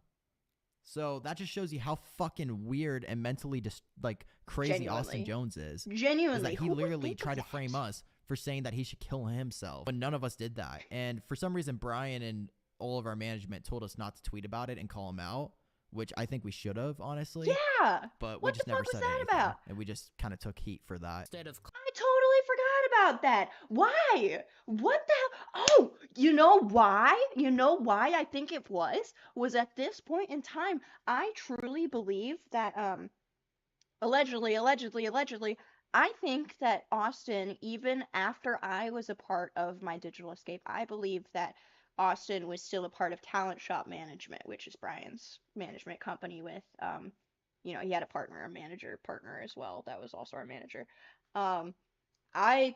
From what I understand, allegedly, he was still under their management, so I totally forgot about this. Yeah, I remember being so confused when they were like, don't tweet about it, don't let our fans know that it wasn't us. I was like, so like we just take the blame for telling this guy to kill himself? And they were like, yeah, pretty much. Okay, yeah, I remember that. Wow, okay. Nostalgia. Fucking brain blast right here. Clapping them. How about you just spread your cheeks for 10 seconds then? Would that be easier? Your Jesus wedgie has Christ. to be good enough so that when you spread your cheeks, it I don't shows look the at edges this. of your butthole. OMG, that would be so Don't look funny. away. I know you're trying your hardest, and I don't want to have to find someone else. Like, as soon as you spread them, OMG, we'll both laugh. I'm trying to help you so much. What a I have weirdo. to see We'll your both butthole to know laugh. for sure that you care 100%. I bet you had no idea that when you met me just one day later, you get to show me your butthole. How special do you feel? Dude, what is Okay, wrong? go make it clap super loud. I remember asking them, like, I remember asking the guys in MD, or not the guys, but just the people in MD, because Alex was there too, what their vibe was with Austin in person, and they were like, yeah, he wasn't like obviously a freak. From what I remember, they said he was just really quiet and like kind of stayed to himself in the corner, and like nobody really truly expected this from him. So again, I didn't know Austin. I've never met the guy. I just his replacement. Loud and talk about your age the whole time. Got it? Yeah, Clap it's it. fucking Yeah, he literally like disturbing. talk about your age the whole time. Oh my god. That's the So he worst was part. literally getting off on the fact that they would say that they're underage. Austin Jones, wonder what he's doing now. He's in jail. I was just like, oh, my 10 sister's years, dead, bruh. and I don't know my dad, and my house caught on fire, and I cut myself, and my life is tragic, and that's why I'm sexting minors and fucking twerking on camera. Fuck you, Austin. That's not even a good reason to I be mean, it's emo. not It just funny, sounds but like that an was anime a origin great story. delivery of that line. Austin was set to go on the Vans Warped Tour with Brian, Johnny, Jordan, Austin, and D Fizzy, who is also very crucial to the story. The Yes. Vans Warped Tour, by the way, is like a staple experience of any emo or hardcore kid. It's like a coming of age thing. Me and Alex did hear about some of this shit. I don't remember exactly. I think Alex had a friend, and that friend brought up Austin Jones being creepy towards them. So Alex brought that up to Damon. Then Damon like already had some stuff that was brought up to him in the past about Austin. And so it was all brought up to Damon. He was the more, he was the adult in the situation. We were still pretty young. And I kind of, was part of like, we all like brought it up. And then we eventually brought it up to Brian while he was on his computer fucking vaping and doing stocks and shit. Oh my god, another And he just kind of flashback. dismissed it and like didn't really care or take it seriously. Initially, me and like Alex and Damon all brought it up to him. I literally remember this day for some reason, even though I can't remember a lot of things from my life, but that like sticks out. But I yeah, didn't it know was any of just kind of that. dismissed. We didn't know the full extent of everything, but we already were uncomfortable with the idea of just asking for videos of underage people shaking their ass. I was like, that's enough for it to be not okay. When it did come down to it, Damon was a huge, like, he was the biggest part of why this actually, got Came fucking to be. busted and everything. And like, he did This is all a refresher for everything me. correct. I And barely he got remember shitted this. on. He did everything I correct. do remember that, like, though. for sure. And like his morals and everything like were fantastic. And because of that, Austin actually, extremely got, fucking caught. Was I close Justice, to Austin yeah. Jones? Believe it or not, I only talked to Austin Jones probably twice in my life out of him being in that channel. And the only reason why he ever talked to me was to ask me to promote his fucking stupid Drown cover. Actually, Damon didn't want to go Okay, so like Johnny said, yeah, okay, that I am remembering correctly. Like none of them ever talked to him. He was just like this weird fucking freak in the background.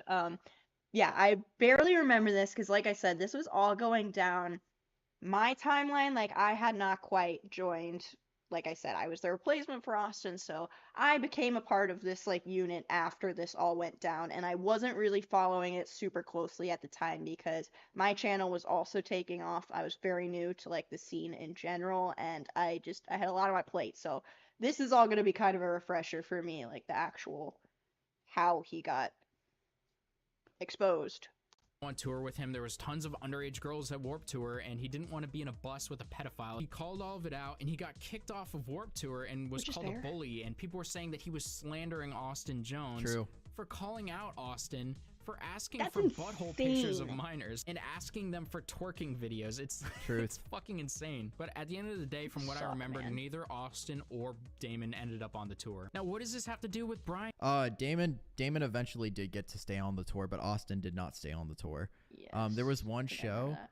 where Kevin Lyman was talking to Austin Jones, in person, and we saw them though, and that's the first time and the only time I've ever seen Austin Jones in person. And he had glasses on, and they glared at me, and I was like, "What the fuck?" And we had a lot of meetings about Austin Jones during that tour.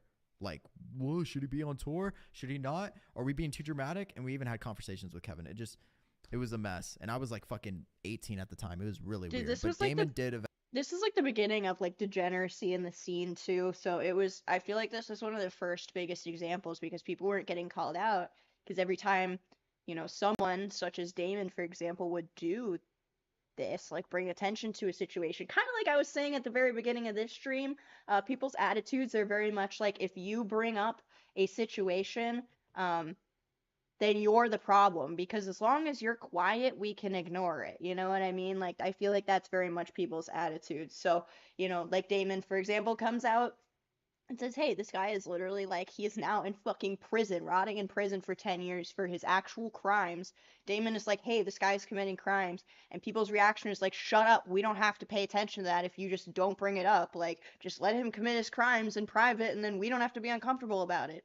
Was very much the attitude. And God bless Damon because he seriously was a huge proponent of making, or bringing all of these allegations out of the woodworks and making the scene a safer place.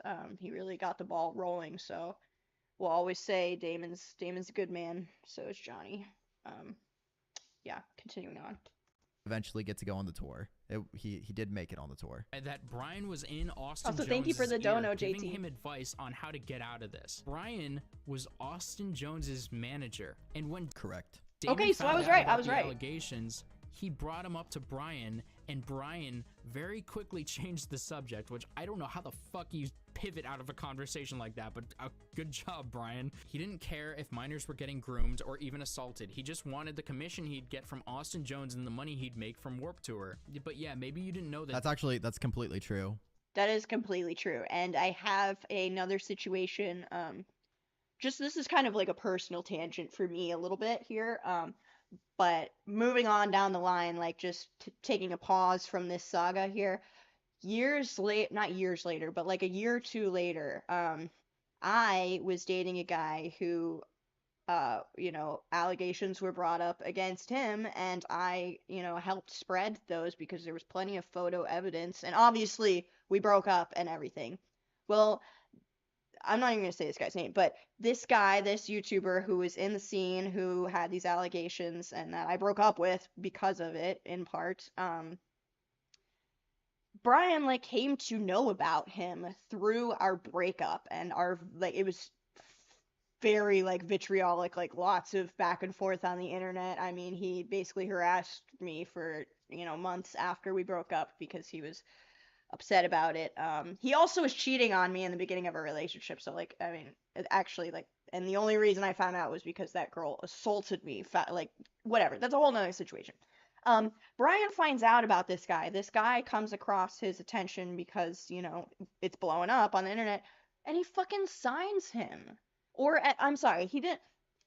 Let me get my story straight. He wrote out a contract and sent it to him to be signed. Because I found out about it, the guy, my ex, never actually signed the contract because he knew that was going to be us being on the same management company, especially with all the allegations and everything, was going to be an issue. But it was like, Bryan knows about this guy because another person on his management is being tormented by them. And he's also got these crazy allegations, and all he saw was the dollar signs and sent him that contract. So, I mean, it's pattern of behavior, unfortunately. Like, Austin was not the only one he did this with. He did not care what the real life repercussions were as long as he could get that 20%. So, yeah, I mean, just that was kind of off topic, but just kind of giving a little more anecdotal evidence and backing up the fact that he really did not give a shit about real world repercussions. A big reason why he wanted to still get Austin on the tour, on the Warped Tour, was because he had 20% of whatever me and Jordan Sweeto made on it, plus, any income that Bryan made, because we were Warped YouTubers, plus he would have had 20% of whatever Austin Jones made on Warped Tour, which is a lot of money eventually, because let's say you sell 100,000 in that tour. Brian gets 20% of that. That's like 20K or so. Yeah, I mean, that's you know what over I mean? It's two something people's crazy. income. Rise and fall would actually include the rise and fall of one of the most prominent sexual predators in YouTube history. I mean, this guy is arguably worse than EDP, and Brian was in his ear the whole time, Yeah, I jeopardizing agree. the safety of his own fans for money. But it keeps getting crazier. Apparently, an associate of Brian's management company named Dan was with Austin Jones. This is how I know this guy knows his shit, because Dan, I'm not going to say his last name. I'll be nice enough, you know. Yeah, it is But crazy that he Dan knows who was- Dan is. Yeah, it was Brian and Dan. They were the managers of Talent Shop. Was fucking I only arrested. met Dan once, for the record, and he flew out. The reason I met him was because they weren't feeding us on the tour. We were supposed to be getting a per diem every day, which is basically the money that you get to live, to like $20 a day to go eat and shit. Like, not very much money, but we didn't have any money. Like, we were kids, and Brian, like, you know, lassoed us all up together and put us on a bus. Most of us didn't have like savings or anything. So we relied on that $20 to go fucking get our food and shit. And we weren't getting it. We were not receiving it. No one was giving us the money. So we, like, some of us just weren't eating. And, like, you know, Jordan, for example, is from Australia. His cards and stuff didn't work in America. And for some reason, this was not an issue we could figure out in person, or, you know, over the phone or whatever. So Dan actually flew out, and that's the only time I ever met my other manager. But it is crazy that this guy knows that part of the lore. That's very, like I said, like, a lot of people make, like Johnny said too, a lot of people make these hate videos and they don't even know like the half of it. So this guy actually knows what the fuck he's talking about. In an airport right True. before he was sentenced to a minimum of 10 years in prison. I didn't know that. BryanStars tried to cover Just the for the track. record, I wanna rewind that. And I'm not going to say his last name. I'll be nice enough, you That was know. important. But Dan was, yeah, it was Brian and Dan. They were the managers of Talent Shop. Was fucking arrested in an airport right True. before he was sentenced to a minimum of 10 years in prison. BryanStars tried to cover the tracks of a felon and registered sex offender. I did but Brian not wasn't know just that willing about to Dan. overlook the abuse of his fans. He even did it to his own friends. All of the members of the aforementioned My Digital Escape would join forces, all in the same room, for a week of content called 7 for 7 Week. According to one of the members, Shannon, Brian ruled with an iron fist. No one was allowed to come up with ideas for the content. We're gonna do the fucking leaf blower challenge. Also, I remember the leaf blower challenge. I'm sorry for screaming. Everyone's ears are blown out. He did roll with an iron fist, and I remember the leaf blower challenge specifically because this was a day after a day that he held a notorious party, or, you know, rather got all of his underage employees drunk in his apartment. We were fucking wasted the night before. I mean, at least I was. Not everyone was. Just, you know, I was. Let's just say that. A lot of people were good people. I was not. I was easily manipulated and partying at the time. I think I was 19, probably 18 or 19. We all drank a lot, and so the next day when we were gonna film this fucking leaf blower challenge, I was literally so hungover, like probably more hungover than I've ever been in my life. And I remember being like, "Can we do this another day?" And he was like, "No, get in the car." Get in the car. I mean, Brian is so lucky I didn't puke in his fucking car that day. It was not a good day, and then I had to get the leaf blower blown in my face. Yeah, he kept us on a tight schedule for sure. Like, even my ailments were not going to stop us from filming that motherfucking leaf blower video. So. That's not that. That is literally not the worst. The leaf blower challenge is fine. It was more so when we started playing fucking board games and shit, and just talking about cocks when we were fucking underage and That's had no accurate. experience with cocks. That's It was accurate. fucking weird. according to Shannon, Brian told all the members one day that they had to film a video about depression. True. Had to film a video. Shannon True. referenced this as selling suicide, which Yeah, and Brian's known for selling suicide that. because I even remember my first video that actually got popular, like, was unintentional, but it was about me, like, struggling, and I was like a young kid, and I lived with Brian at the time. As were but many of my I videos was talking early about on. how I was suicidal and I was struggling with it, and my dad passed away, and that was a big reason as to why I was, you know, fucking struggling, and I was lost, and I felt hopeless. And then Brian made this shirt called Self-Love, and self-harm crossed out, and I was like, bro, this feels really gimmicky. And even as a 17-year-old, I was like, this is fucked up. And then he took that and he sold it, and none of the profit was supposed to go to anyone. But then eventually he changed his mind because of all the backlash, not because of me, but the backlash from other people. and he said, "Huh, I guess I'll donate 15% or so. I don't know 15, exactly the not even percentage. 20. I'll donate Not a even the percentage legendary of it 20%. to self-harm victims or some shit. Somehow, you know what I mean? I don't know if he actually ever Thank you for the donated dono, that. Andy. I I don't appreciate remember. it. I don't think he actually did, but I'm not going to say 100% he didn't. To press this Yeah, we were all, for the record, Johnny was the first. Johnny was actually very vocal about a lot of this shit. I will say, like, even before I was like, yo, like, let's fucking shut this bitch down.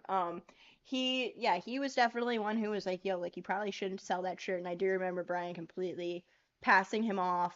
I also had an issue with it. So many of us in MD had an issue with it, and he did not care. He was like, you guys don't know what the hell you're talking about, like.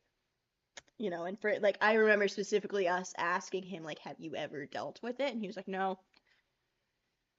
Okay, so then it is literally, like I said, suicide for profit, pretty much. pretty common in emo culture, obviously, and tons of fans would eat that shit up. But that's also obviously fucked up because a lot of the people in My Digital Scape deal with depression, and they didn't want to talk about it because they had to or for money. They wanted to talk about it when they were in the proper headspace and felt like there was things to say about it. A lot of fucked up things happened in that channel, like that were like way too overly sexual, and it's not cool. It's pretty much what MDE's humor was. There was jokes about different male members having a secret gay relationship, and they would clickbait kissing videos and all this different shit. That So I'm was not a gonna lot of sit it, for here sure. and act like queer baiting is like the biggest atrocity ever, but it's fucking cringe. And so is No, that's base. It's not the biggest atrocity, but it is fucking cringe. Absolutely. I agree. That's something as a kid I was just like kind of fed. It was like, oh, this is what gets you popular.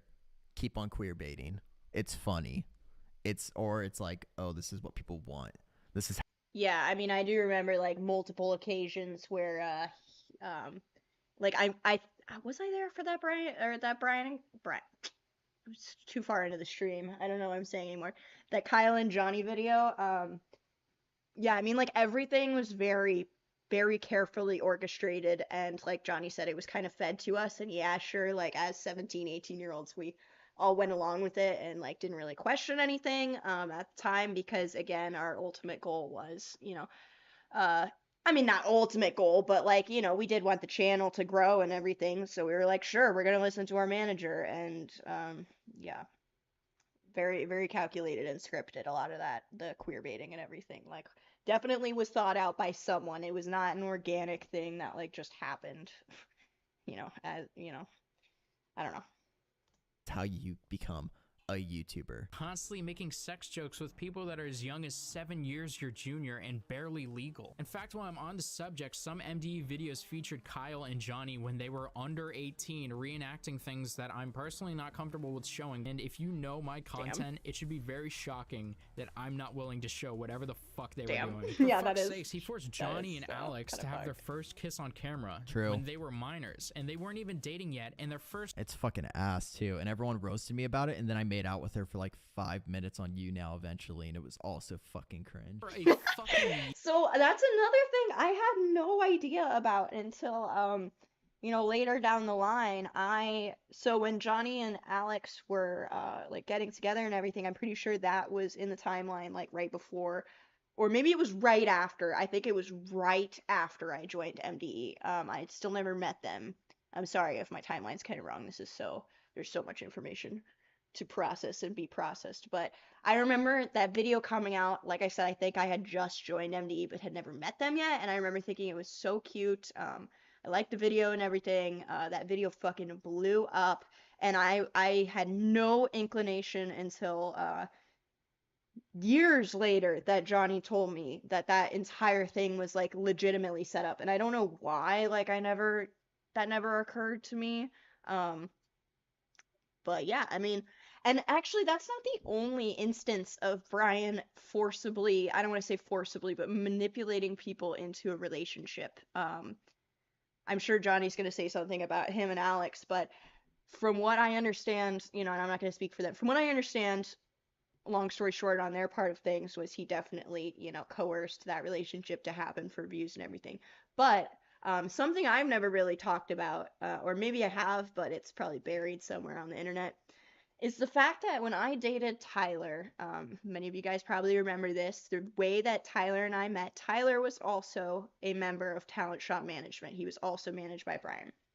the way that Tyler and I met was Bryan asked me to fly out to LA and play the female love interest in his music video. I never met Tyler. I didn't know anything about him. I had never met, actually, I don't think a lot of them yet. That was my first time meeting mostly everyone in MDE, I believe. Maybe it was my second time. I don't know. Regardless, semantics doesn't really matter. He flew me out there to be the love interest in this video, right?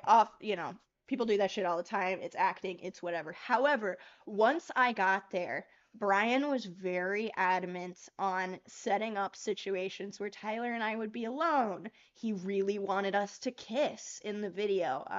That was something that I said I was comfortable with, but like that was kind of the end. Tyler was dating someone else named Billy at the time. Billy is a sweetheart and like the cutest girl ever. Tyler was dating this girl Billy, and the reason Tyler and I didn't want to kiss was because he was dating another girl. And YouTube's a little different than like, Hollywood music video productions. People take the parasocial relationships a little too far, and we figured people would get really mad if we kissed in the video, but Bryan did not want to let that idea go. He wanted us to kiss so bad. So I don't think we ever did it because Billy didn't want Tyler to do it either, which is completely understandable. I would have been the same way if I was his girlfriend at the time. So when Billy got, upset and was like, please don't do that or whatever, and Bryan kept, begging her, I think he actually went and talked to Billy and was like, please let this happen with Shannon and Tyler and all this stuff. It'll be great for views and his career and everything. I could be making that part up, making that memory up. However, I do know he at the very least got Tyler to be like, please let me do this kiss scene or whatever. Then after Billy was like, no, that's final, like I'm putting my foot down, which again, completely understandable. Bryan came up to us and was like, don't you think Billy's such a bitch? Like, don't you think like you should be with a better girl, like someone who's more your style, and like obviously implying me and all this stuff. And many a situation was created again for the two of us to be alone and like be in a relationship and stuff like that. So again, like it's not like he ever was like, you two need to date for content, but it was very much like in retrospect, was that calculated? Like, did he know what he was doing? Because it seems a little too, I don't know, just with the stuff he did to Johnny and Alex, it seems a little too, there's no such thing as a coincidence. YouTube video. That's all I'm so gonna as say. you can guess, 7 for 7 week ended in disaster. No one wanted to That's be me. there. In fact, Shannon says, 7 out of 7 week was the first time that I realized there were huge problems. Shannon just seemed a lot more clear-minded during this situation than I was. Like 1,000%. I was not this clear-minded. I was fucking like, Bryan's my friend. Bryan is like someone I looked up to, and I've been living him with for years and stuff. And so I was like, 7 out of 7 week. So again, that kind of goes back to like, and Johnny, like it was so much harder of a situation for him because he, like he said, he had been living with this guy and like been good friends with him. When I showed up, Bryan was already into this like descent into madness, into emo psychosis, where he was doing the hair straightening and everything, and he was deep into his relationship with Johnny. When I say relationship, just like as his manager and as his friend and everything, and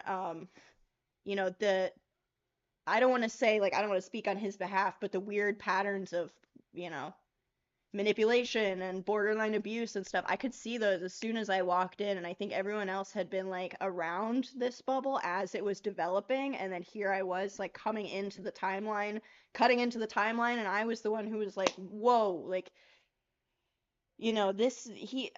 for lack of a better word, he has groomed you all to feel like this is normal and this is how things should be. But I've been thrust into this world now and this is wrong. Like, this is not okay. And, that's why I was kind of disliked from day one, at least by management, for sure. Everyone literally was just like, this is not okay, this is weird, these videos aren't the stuff True. that we're making on our own time. especially like Jordan spoke up a lot about it too. Jordan was very uncomfortable with a lot of these videos. with when it comes to Bryan. Later down the line of MDE, they would embark on a tour much like the BryanStars tour. Only one problem. No one was ready for it. Nobody had a say on whether this tour happened or not, other than No. Bryan. Bryan forced these guys to go on tour across the country. What made it worse is that not all of them made music, but they all had to do a performance, which apparently was really stressful and difficult to deal with. Plus, Bryan was taking 20% of every single member's income and forced to sign a contract to Talent Shop, which is his label, management, whatever the fuck. Otherwise, he was not going to allow him to be on the tour with us. No one wanted to be on the tour. That's actually very true. That's another thing I forgot about was Luke, I'm pretty sure, was the only one who was not signed to Talent Shop at the time. And I remember this was actually, I think, a big part of the reason that we were like, we don't want to go on this tour. Like, there was a mention in the group chat. We had a Facebook group chat. I think there was a mention of, like, why don't we just not do this yet? Because Luke was not ready to sign with Bryan and Talent Shop, and obviously we're not gonna fucking do the MDE tour without all of MDE. Like, that's, fucking stupid. And, we were actually friends. Like, we were actually, the six of us were actually good friends with each other, and we were like, yo, we're not doing this without fucking Luke, dude. Like, so no, that was the first time that I think it came up that we should just not do the tour. And then the second time that I'm pretty sure it came up that we should not do the tour was when we got the original ad mats, which is, the flyer for the tour. And it was like BryanStars and Johnny Gilbert in giant letters, and then the rest of us were in like tiny baby letters at the bottom. And I remember Kyle, I'm pretty sure it was Kyle, was like, it's a really sweet MDE poster, dude. I'm so glad the rest of us are going on tour too. Like, so there were multiple instances where people, Kyle and or other people, were like, yeah, no, like, maybe we should take a pause and rethink this whole thing, you know what I mean? Tour. Like, the idea of touring was cool, but I only had my first EP out. I was 18 years old or so, and I didn't even know how to play guitar very well. Eventually, Bryan did actually, I don't remember if he tried to hit me apparently at one point when I was like 18, because I was like, Bryan, you can't be a manager and a fucking member. You're taking 20% of everyone's income, and then you're also trying to be a member and you're getting your own income. And then we had the My Digital Escape merch, and it just, with that income as a member and a manager and stuff, it just got really messy and everyone was uncomfortable with it. And then Bryan like wanted to hit me at one point and shit. Like, he literally like tried to do it. I don't remember. I remember who saw it, but I didn't even remember it happening. But like, yeah, apparently that happened. Everyone lost their shit. I think he could. So, okay. So I was not actually physically there for the beginning of this story. We were already on tour when I was gonna maybe not tell this story because I wasn't sure if Johnny had said this, but since he's talking about it, I guess I'll go into it. I was at dinner. It was me, Kyle, Tyler, who the fuck else? I don't know. I think Luke as well. Everyone, pretty much everyone but Jordan, Johnny, and Alex, and Bryan. So the rest of us were all at dinner. And we got a text from Jordan that was like, you guys need to get back here, like, fucking now. Like, immediately. You guys need to come back to the bus. We're like, yo, what's up? And basically, the only information we got was Bryan is going to hit Johnny. And we were like, okay, fuck yeah, give us the bill. We're out. We're gonna go. We're going to the bus.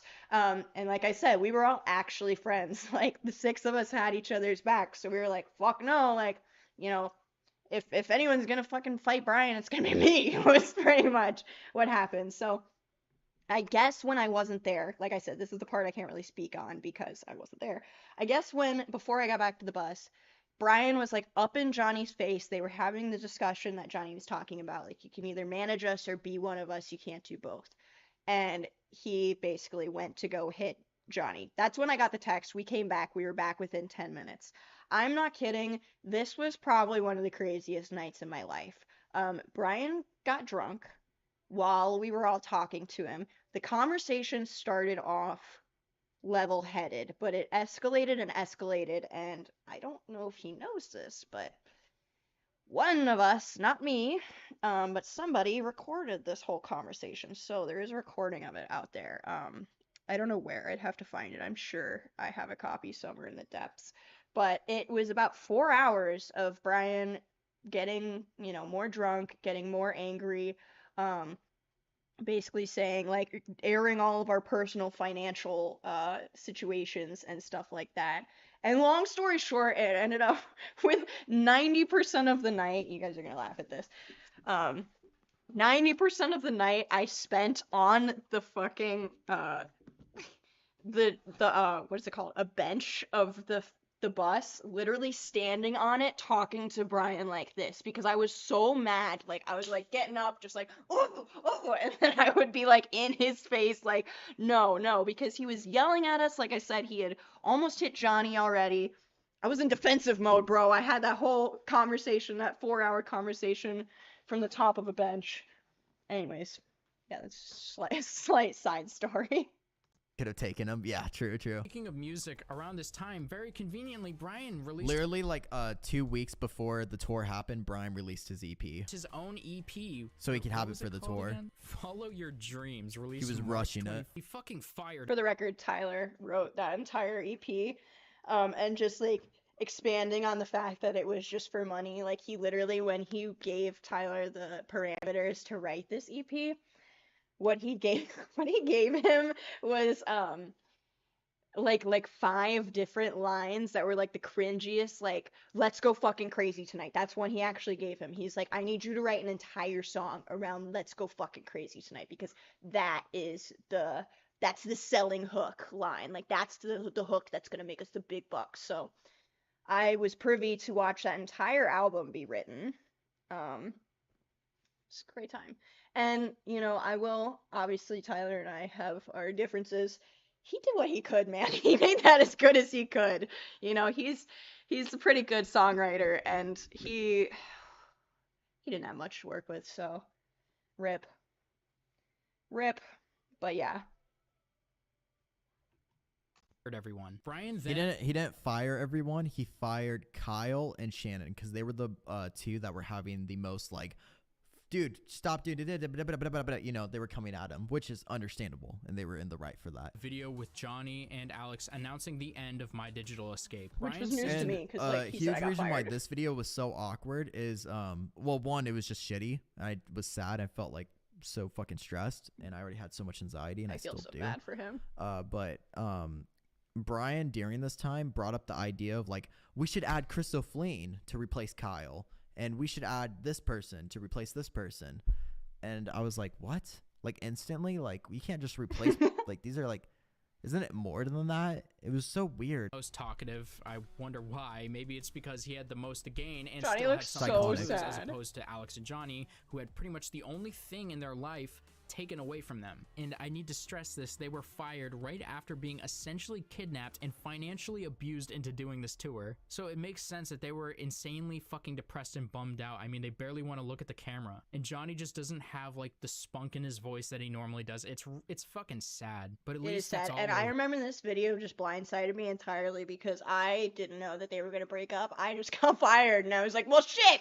I mean, I don't know what to do now. I was like, at least I still have my own channel, which was fine. I wasn't too, like, upset, but my main concern after I got fired with Kyle was, like, is he gonna keep doing this to the rest of them? Like, are the rest of them going to just, see me and Kyle as the bad guys, continue on with MDE, replace us immediately, and then just be stuck in this cycle? And that was really what I was worried was gonna happen, so. over. These guys can put Bryan in Poor the past, Johnny. right? It is Right. poor Johnny, I feel bad. New My Digital Escape 2.0, featuring that guy who plays Apex Legends now. There we go. The guy who point that he signed or was trying to sign. What's this fuck? Women that aren't his girlfriend. And Dude, what a fucking this is true. I've seen the My Digital Escape 2.0 lineup. So the My Digital Escape 2.0 lineup, because Alex and I eventually dipped out of it and we were like, Bryan, we're not going to be in this channel with you. Bryan eventually moved into the same apartment as me and Alex. Which is me and so Alex moved into weird. our own because I was like, dude, I want to live with my girlfriend alone, take it further. And also I need to get space from you because I don't like the way you're viewing things. So I moved out of Bryan's. I paid the last month of rent, and I moved to Anaheim. He moved into the same place eventually. He That's moved there so because he wanted to weird. kind of, I don't know, try to weasel his way back into my, like, group. Me, I think, mostly. I mean, so I know obviously like Johnny sees this as like weird and everything, but I personally think that everyone's underplaying how fucking weird that is. I think that is like scary personally. Like if I if I had a falling out with a friend and then I moved cities over and they moved into the same apartment building as me, that would really like fuck me up. I would be really upset about that. So I'm surprised that was never like addressed further or like, I mean, like I said, Johnny's a really good guy and would never like blow this shit up unnecessarily, but that really rubs me the wrong way personally. It never happened, but he definitely tried to.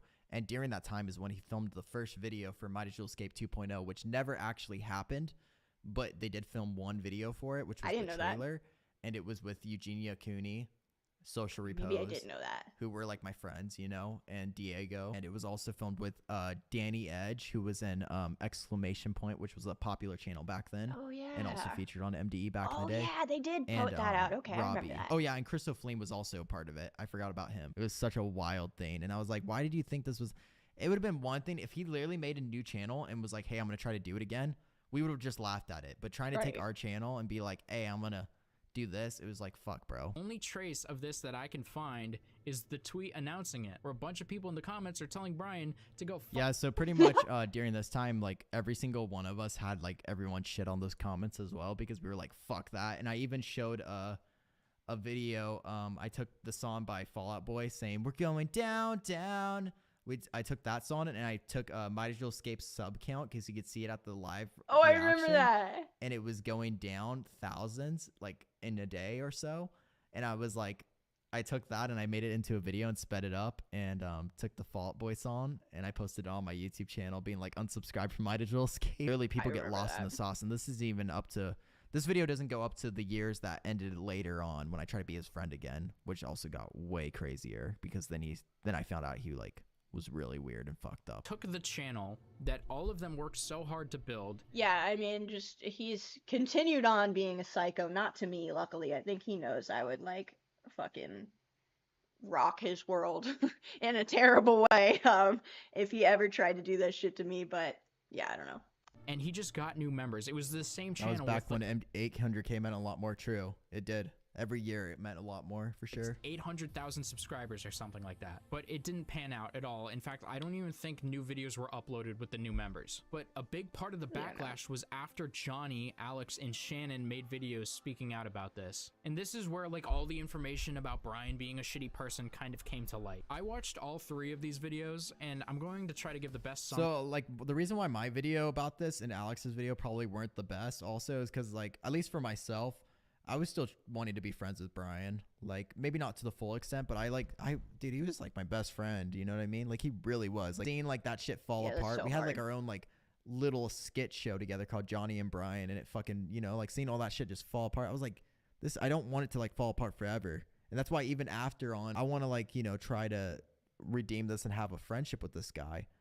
And it didn't happen. Like, I tried to, but then it got really weird and he got like crazy again. And I was like, fuck, man. Like, there's so much good in you, but like you just ruin it. Bryan was threatening to sue them at this point. Bryan didn't want. It's so hard. I do truly feel so bad for Johnny, and I think that's why I was always like the warrior with this whole situation, was because I knew these other guys had a personal connection with him and like saw him fall from grace, whereas I had only met him as the fallen, and I didn't have that empathy for him that these guys had. Like I never knew him as nice guy Bryan. I only knew him as the guy who was taking advantage of mainly Johnny, and yeah, it fucking sucked. I've never been one to be able to like watch someone else I don't know, take advantage of someone else. That's really it. That's the end of the story.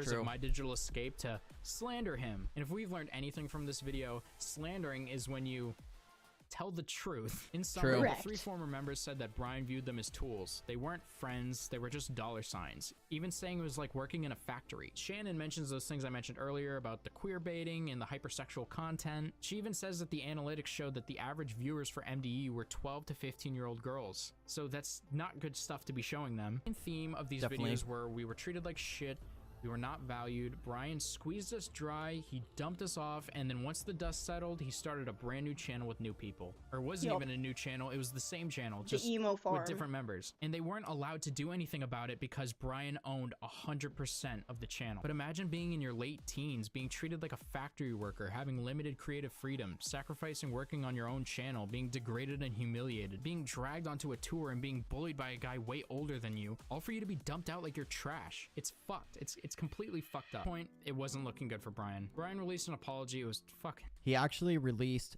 2 apologies, because I watched them live and everyone else did as well. But Bryan released one apology. He didn't think it was good enough, so he took it down. Then he released another apology. And in my eyes, that just made it seem way more fake. It's like, what the fuck? Did you have to film this twice and post it? What the fuck? It totally did. So going back to like the very beginning of the stream, I was talking about my friend Evan.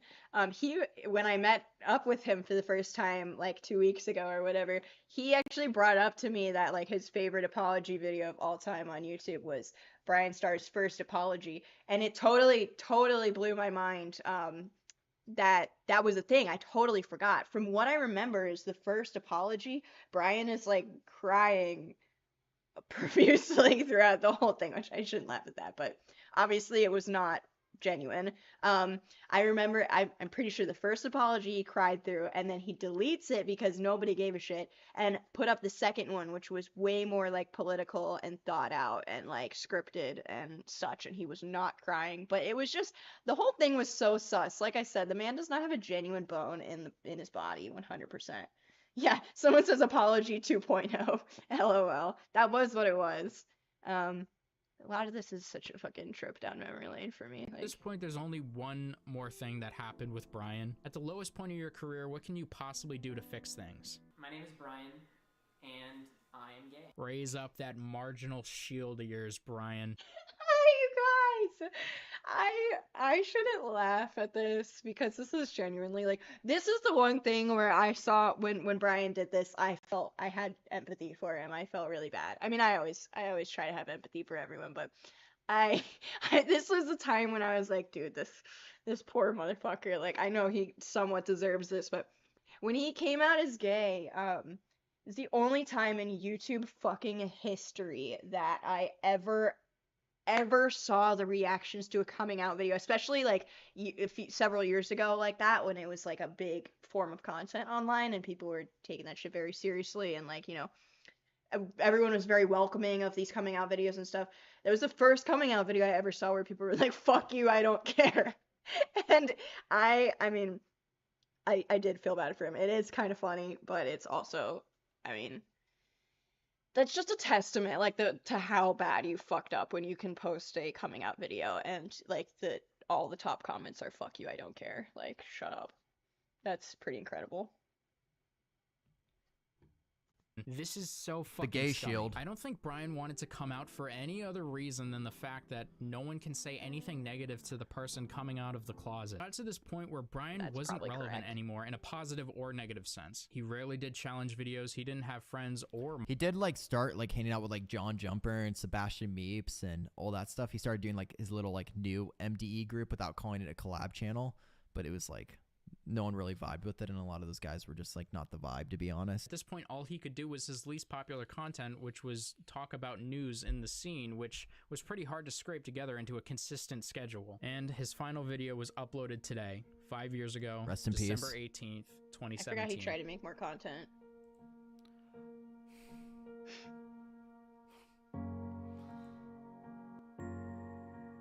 The reason I wanted to do this is because I wanted to, you know, do something with my life, and people have told me that my videos help them get through a bad day, and you know, I just wanted to do something cool with my life. It is sad because he sounds genuine there, and unfortunately I never got to meet that version of him, so you know, it's truly an interesting case study of I don't know, the evolution of personality disorder. BryanStars, BryanStars, BryanStars. BryanStars. This video is cold. It's lifeless. And Bryan seems cold and lifeless too. He doesn't have friends. He doesn't have an audience that loves him anymore. And it seems like along the way, he lost the real Bryan. Clawed his way into doing a career that he loved, and he found a group of people who loved him, and he found friends, and he found the confidence to be who he wanted to be. I think that's really cool. I also think that Bryan developed a bit of a god complex. I think you're gonna lose yourself along the way. Like I said, I saw Bryan at 2015 Warped, and it was surreal to see this person. Even though I was angry at him, I didn't know he was covering up for Austin Jones, but I didn't like the fact that he wasn't speaking up for Damon and wasn't speaking out against Austin. I could also tell that at that point, Johnny was just a prop for Bryan. He was just a cute emo boy to help him sell tickets and get clicks for his thumbnails. I really wanted to say hi to Johnny because Johnny was right next to him when I saw Bryan, but I didn't because I knew I'd have to talk to For the record, I met Johnny when I was a fan, when I met Bryan, and Johnny was the sweetest, so just gotta say that. Bryan wore sunglasses and tried to not make eye contact with me. Bryan if I went up to Johnny. No, I don't want to fucking talk to you, dude. I have to talk to that curly-haired motherfucker. So that's the BryanStars story. Alright, well, I guess that's pretty much it, friends. Let me see if Johnny has any more finishing thoughts. At least that's part of it, besides, you know, the years that happen after this video, which also exist, and maybe one day they'll get a story, but hopefully for now he just betters himself and grows, because, you know, that's all I actually want. I want him to better himself and grow, but when I became his friend again, he was just not that person, so yeah. Alright, well that is it, friends. I'm really glad that we watched the version with Johnny's commentary, because I feel like I could play off of what he had to say a lot. Yeah, I mean that was definitely a really good video. I really enjoyed that. I feel like it's actually kind of interesting to see Nate, who I'm gonna put his video in the description of this, as well as Johnny's reaction video to this. You should check both of them out. Give what is his username? I'm sorry. FXK Nate. Definitely go give him some love after this stream. That was definitely the best, most nuanced video I've seen on the subject. I feel like, I don't know, I just feel like he had a lot of information that even I forgot about, even though I was there. And just, you know, like the fact that he knew the behind the scenes information about like the, you know, talent shop management, that's really interesting. Like where do these fucking investigative journalists find their sources? Because like, yo, he came with the receipts. He knew what the fuck he was talking about. And I did really like that he I don't even want to say played devil's advocate, because he, you know, Bryan is not the devil, and I just like to make that very clear. Like when at the beginning of this stream, when we said like, you know, save one of them, Bryan would definitely be out of the four of those, the guy that I save, because he is redeemable. Maybe with the exception of like, you know, trying to protect Austin Jones and such, but you know, I would say not nothing he did is unforgivable, but he's not an evil person.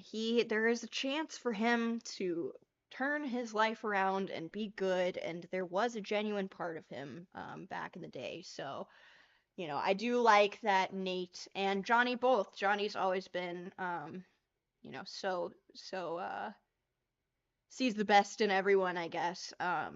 I like that they gave him the benefit of the doubt and, you know, kind of saw things from his perspective, especially in the very beginning when Nate brought up, like, you know, it was probably hard for Bryan to adjust to life over here in America when he was younger, and that might be a lot of the reason why he became the way he did, you know.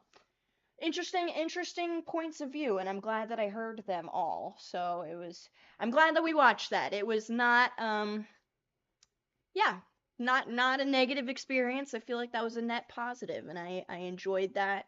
A lot of times talking about this, when we went through it, it was very much like everything was hush hush, because when MD was falling apart, before I got fired from Talent Shop, like I was still under contract, I wasn't allowed to talk about any of this stuff. And then once I was, you know, officially separated from them, I didn't want to talk about this stuff, because A, it was kind of like time had gone by, and B, like we were just trying to move on and like let the dust settle and shit. So I know it's years later, and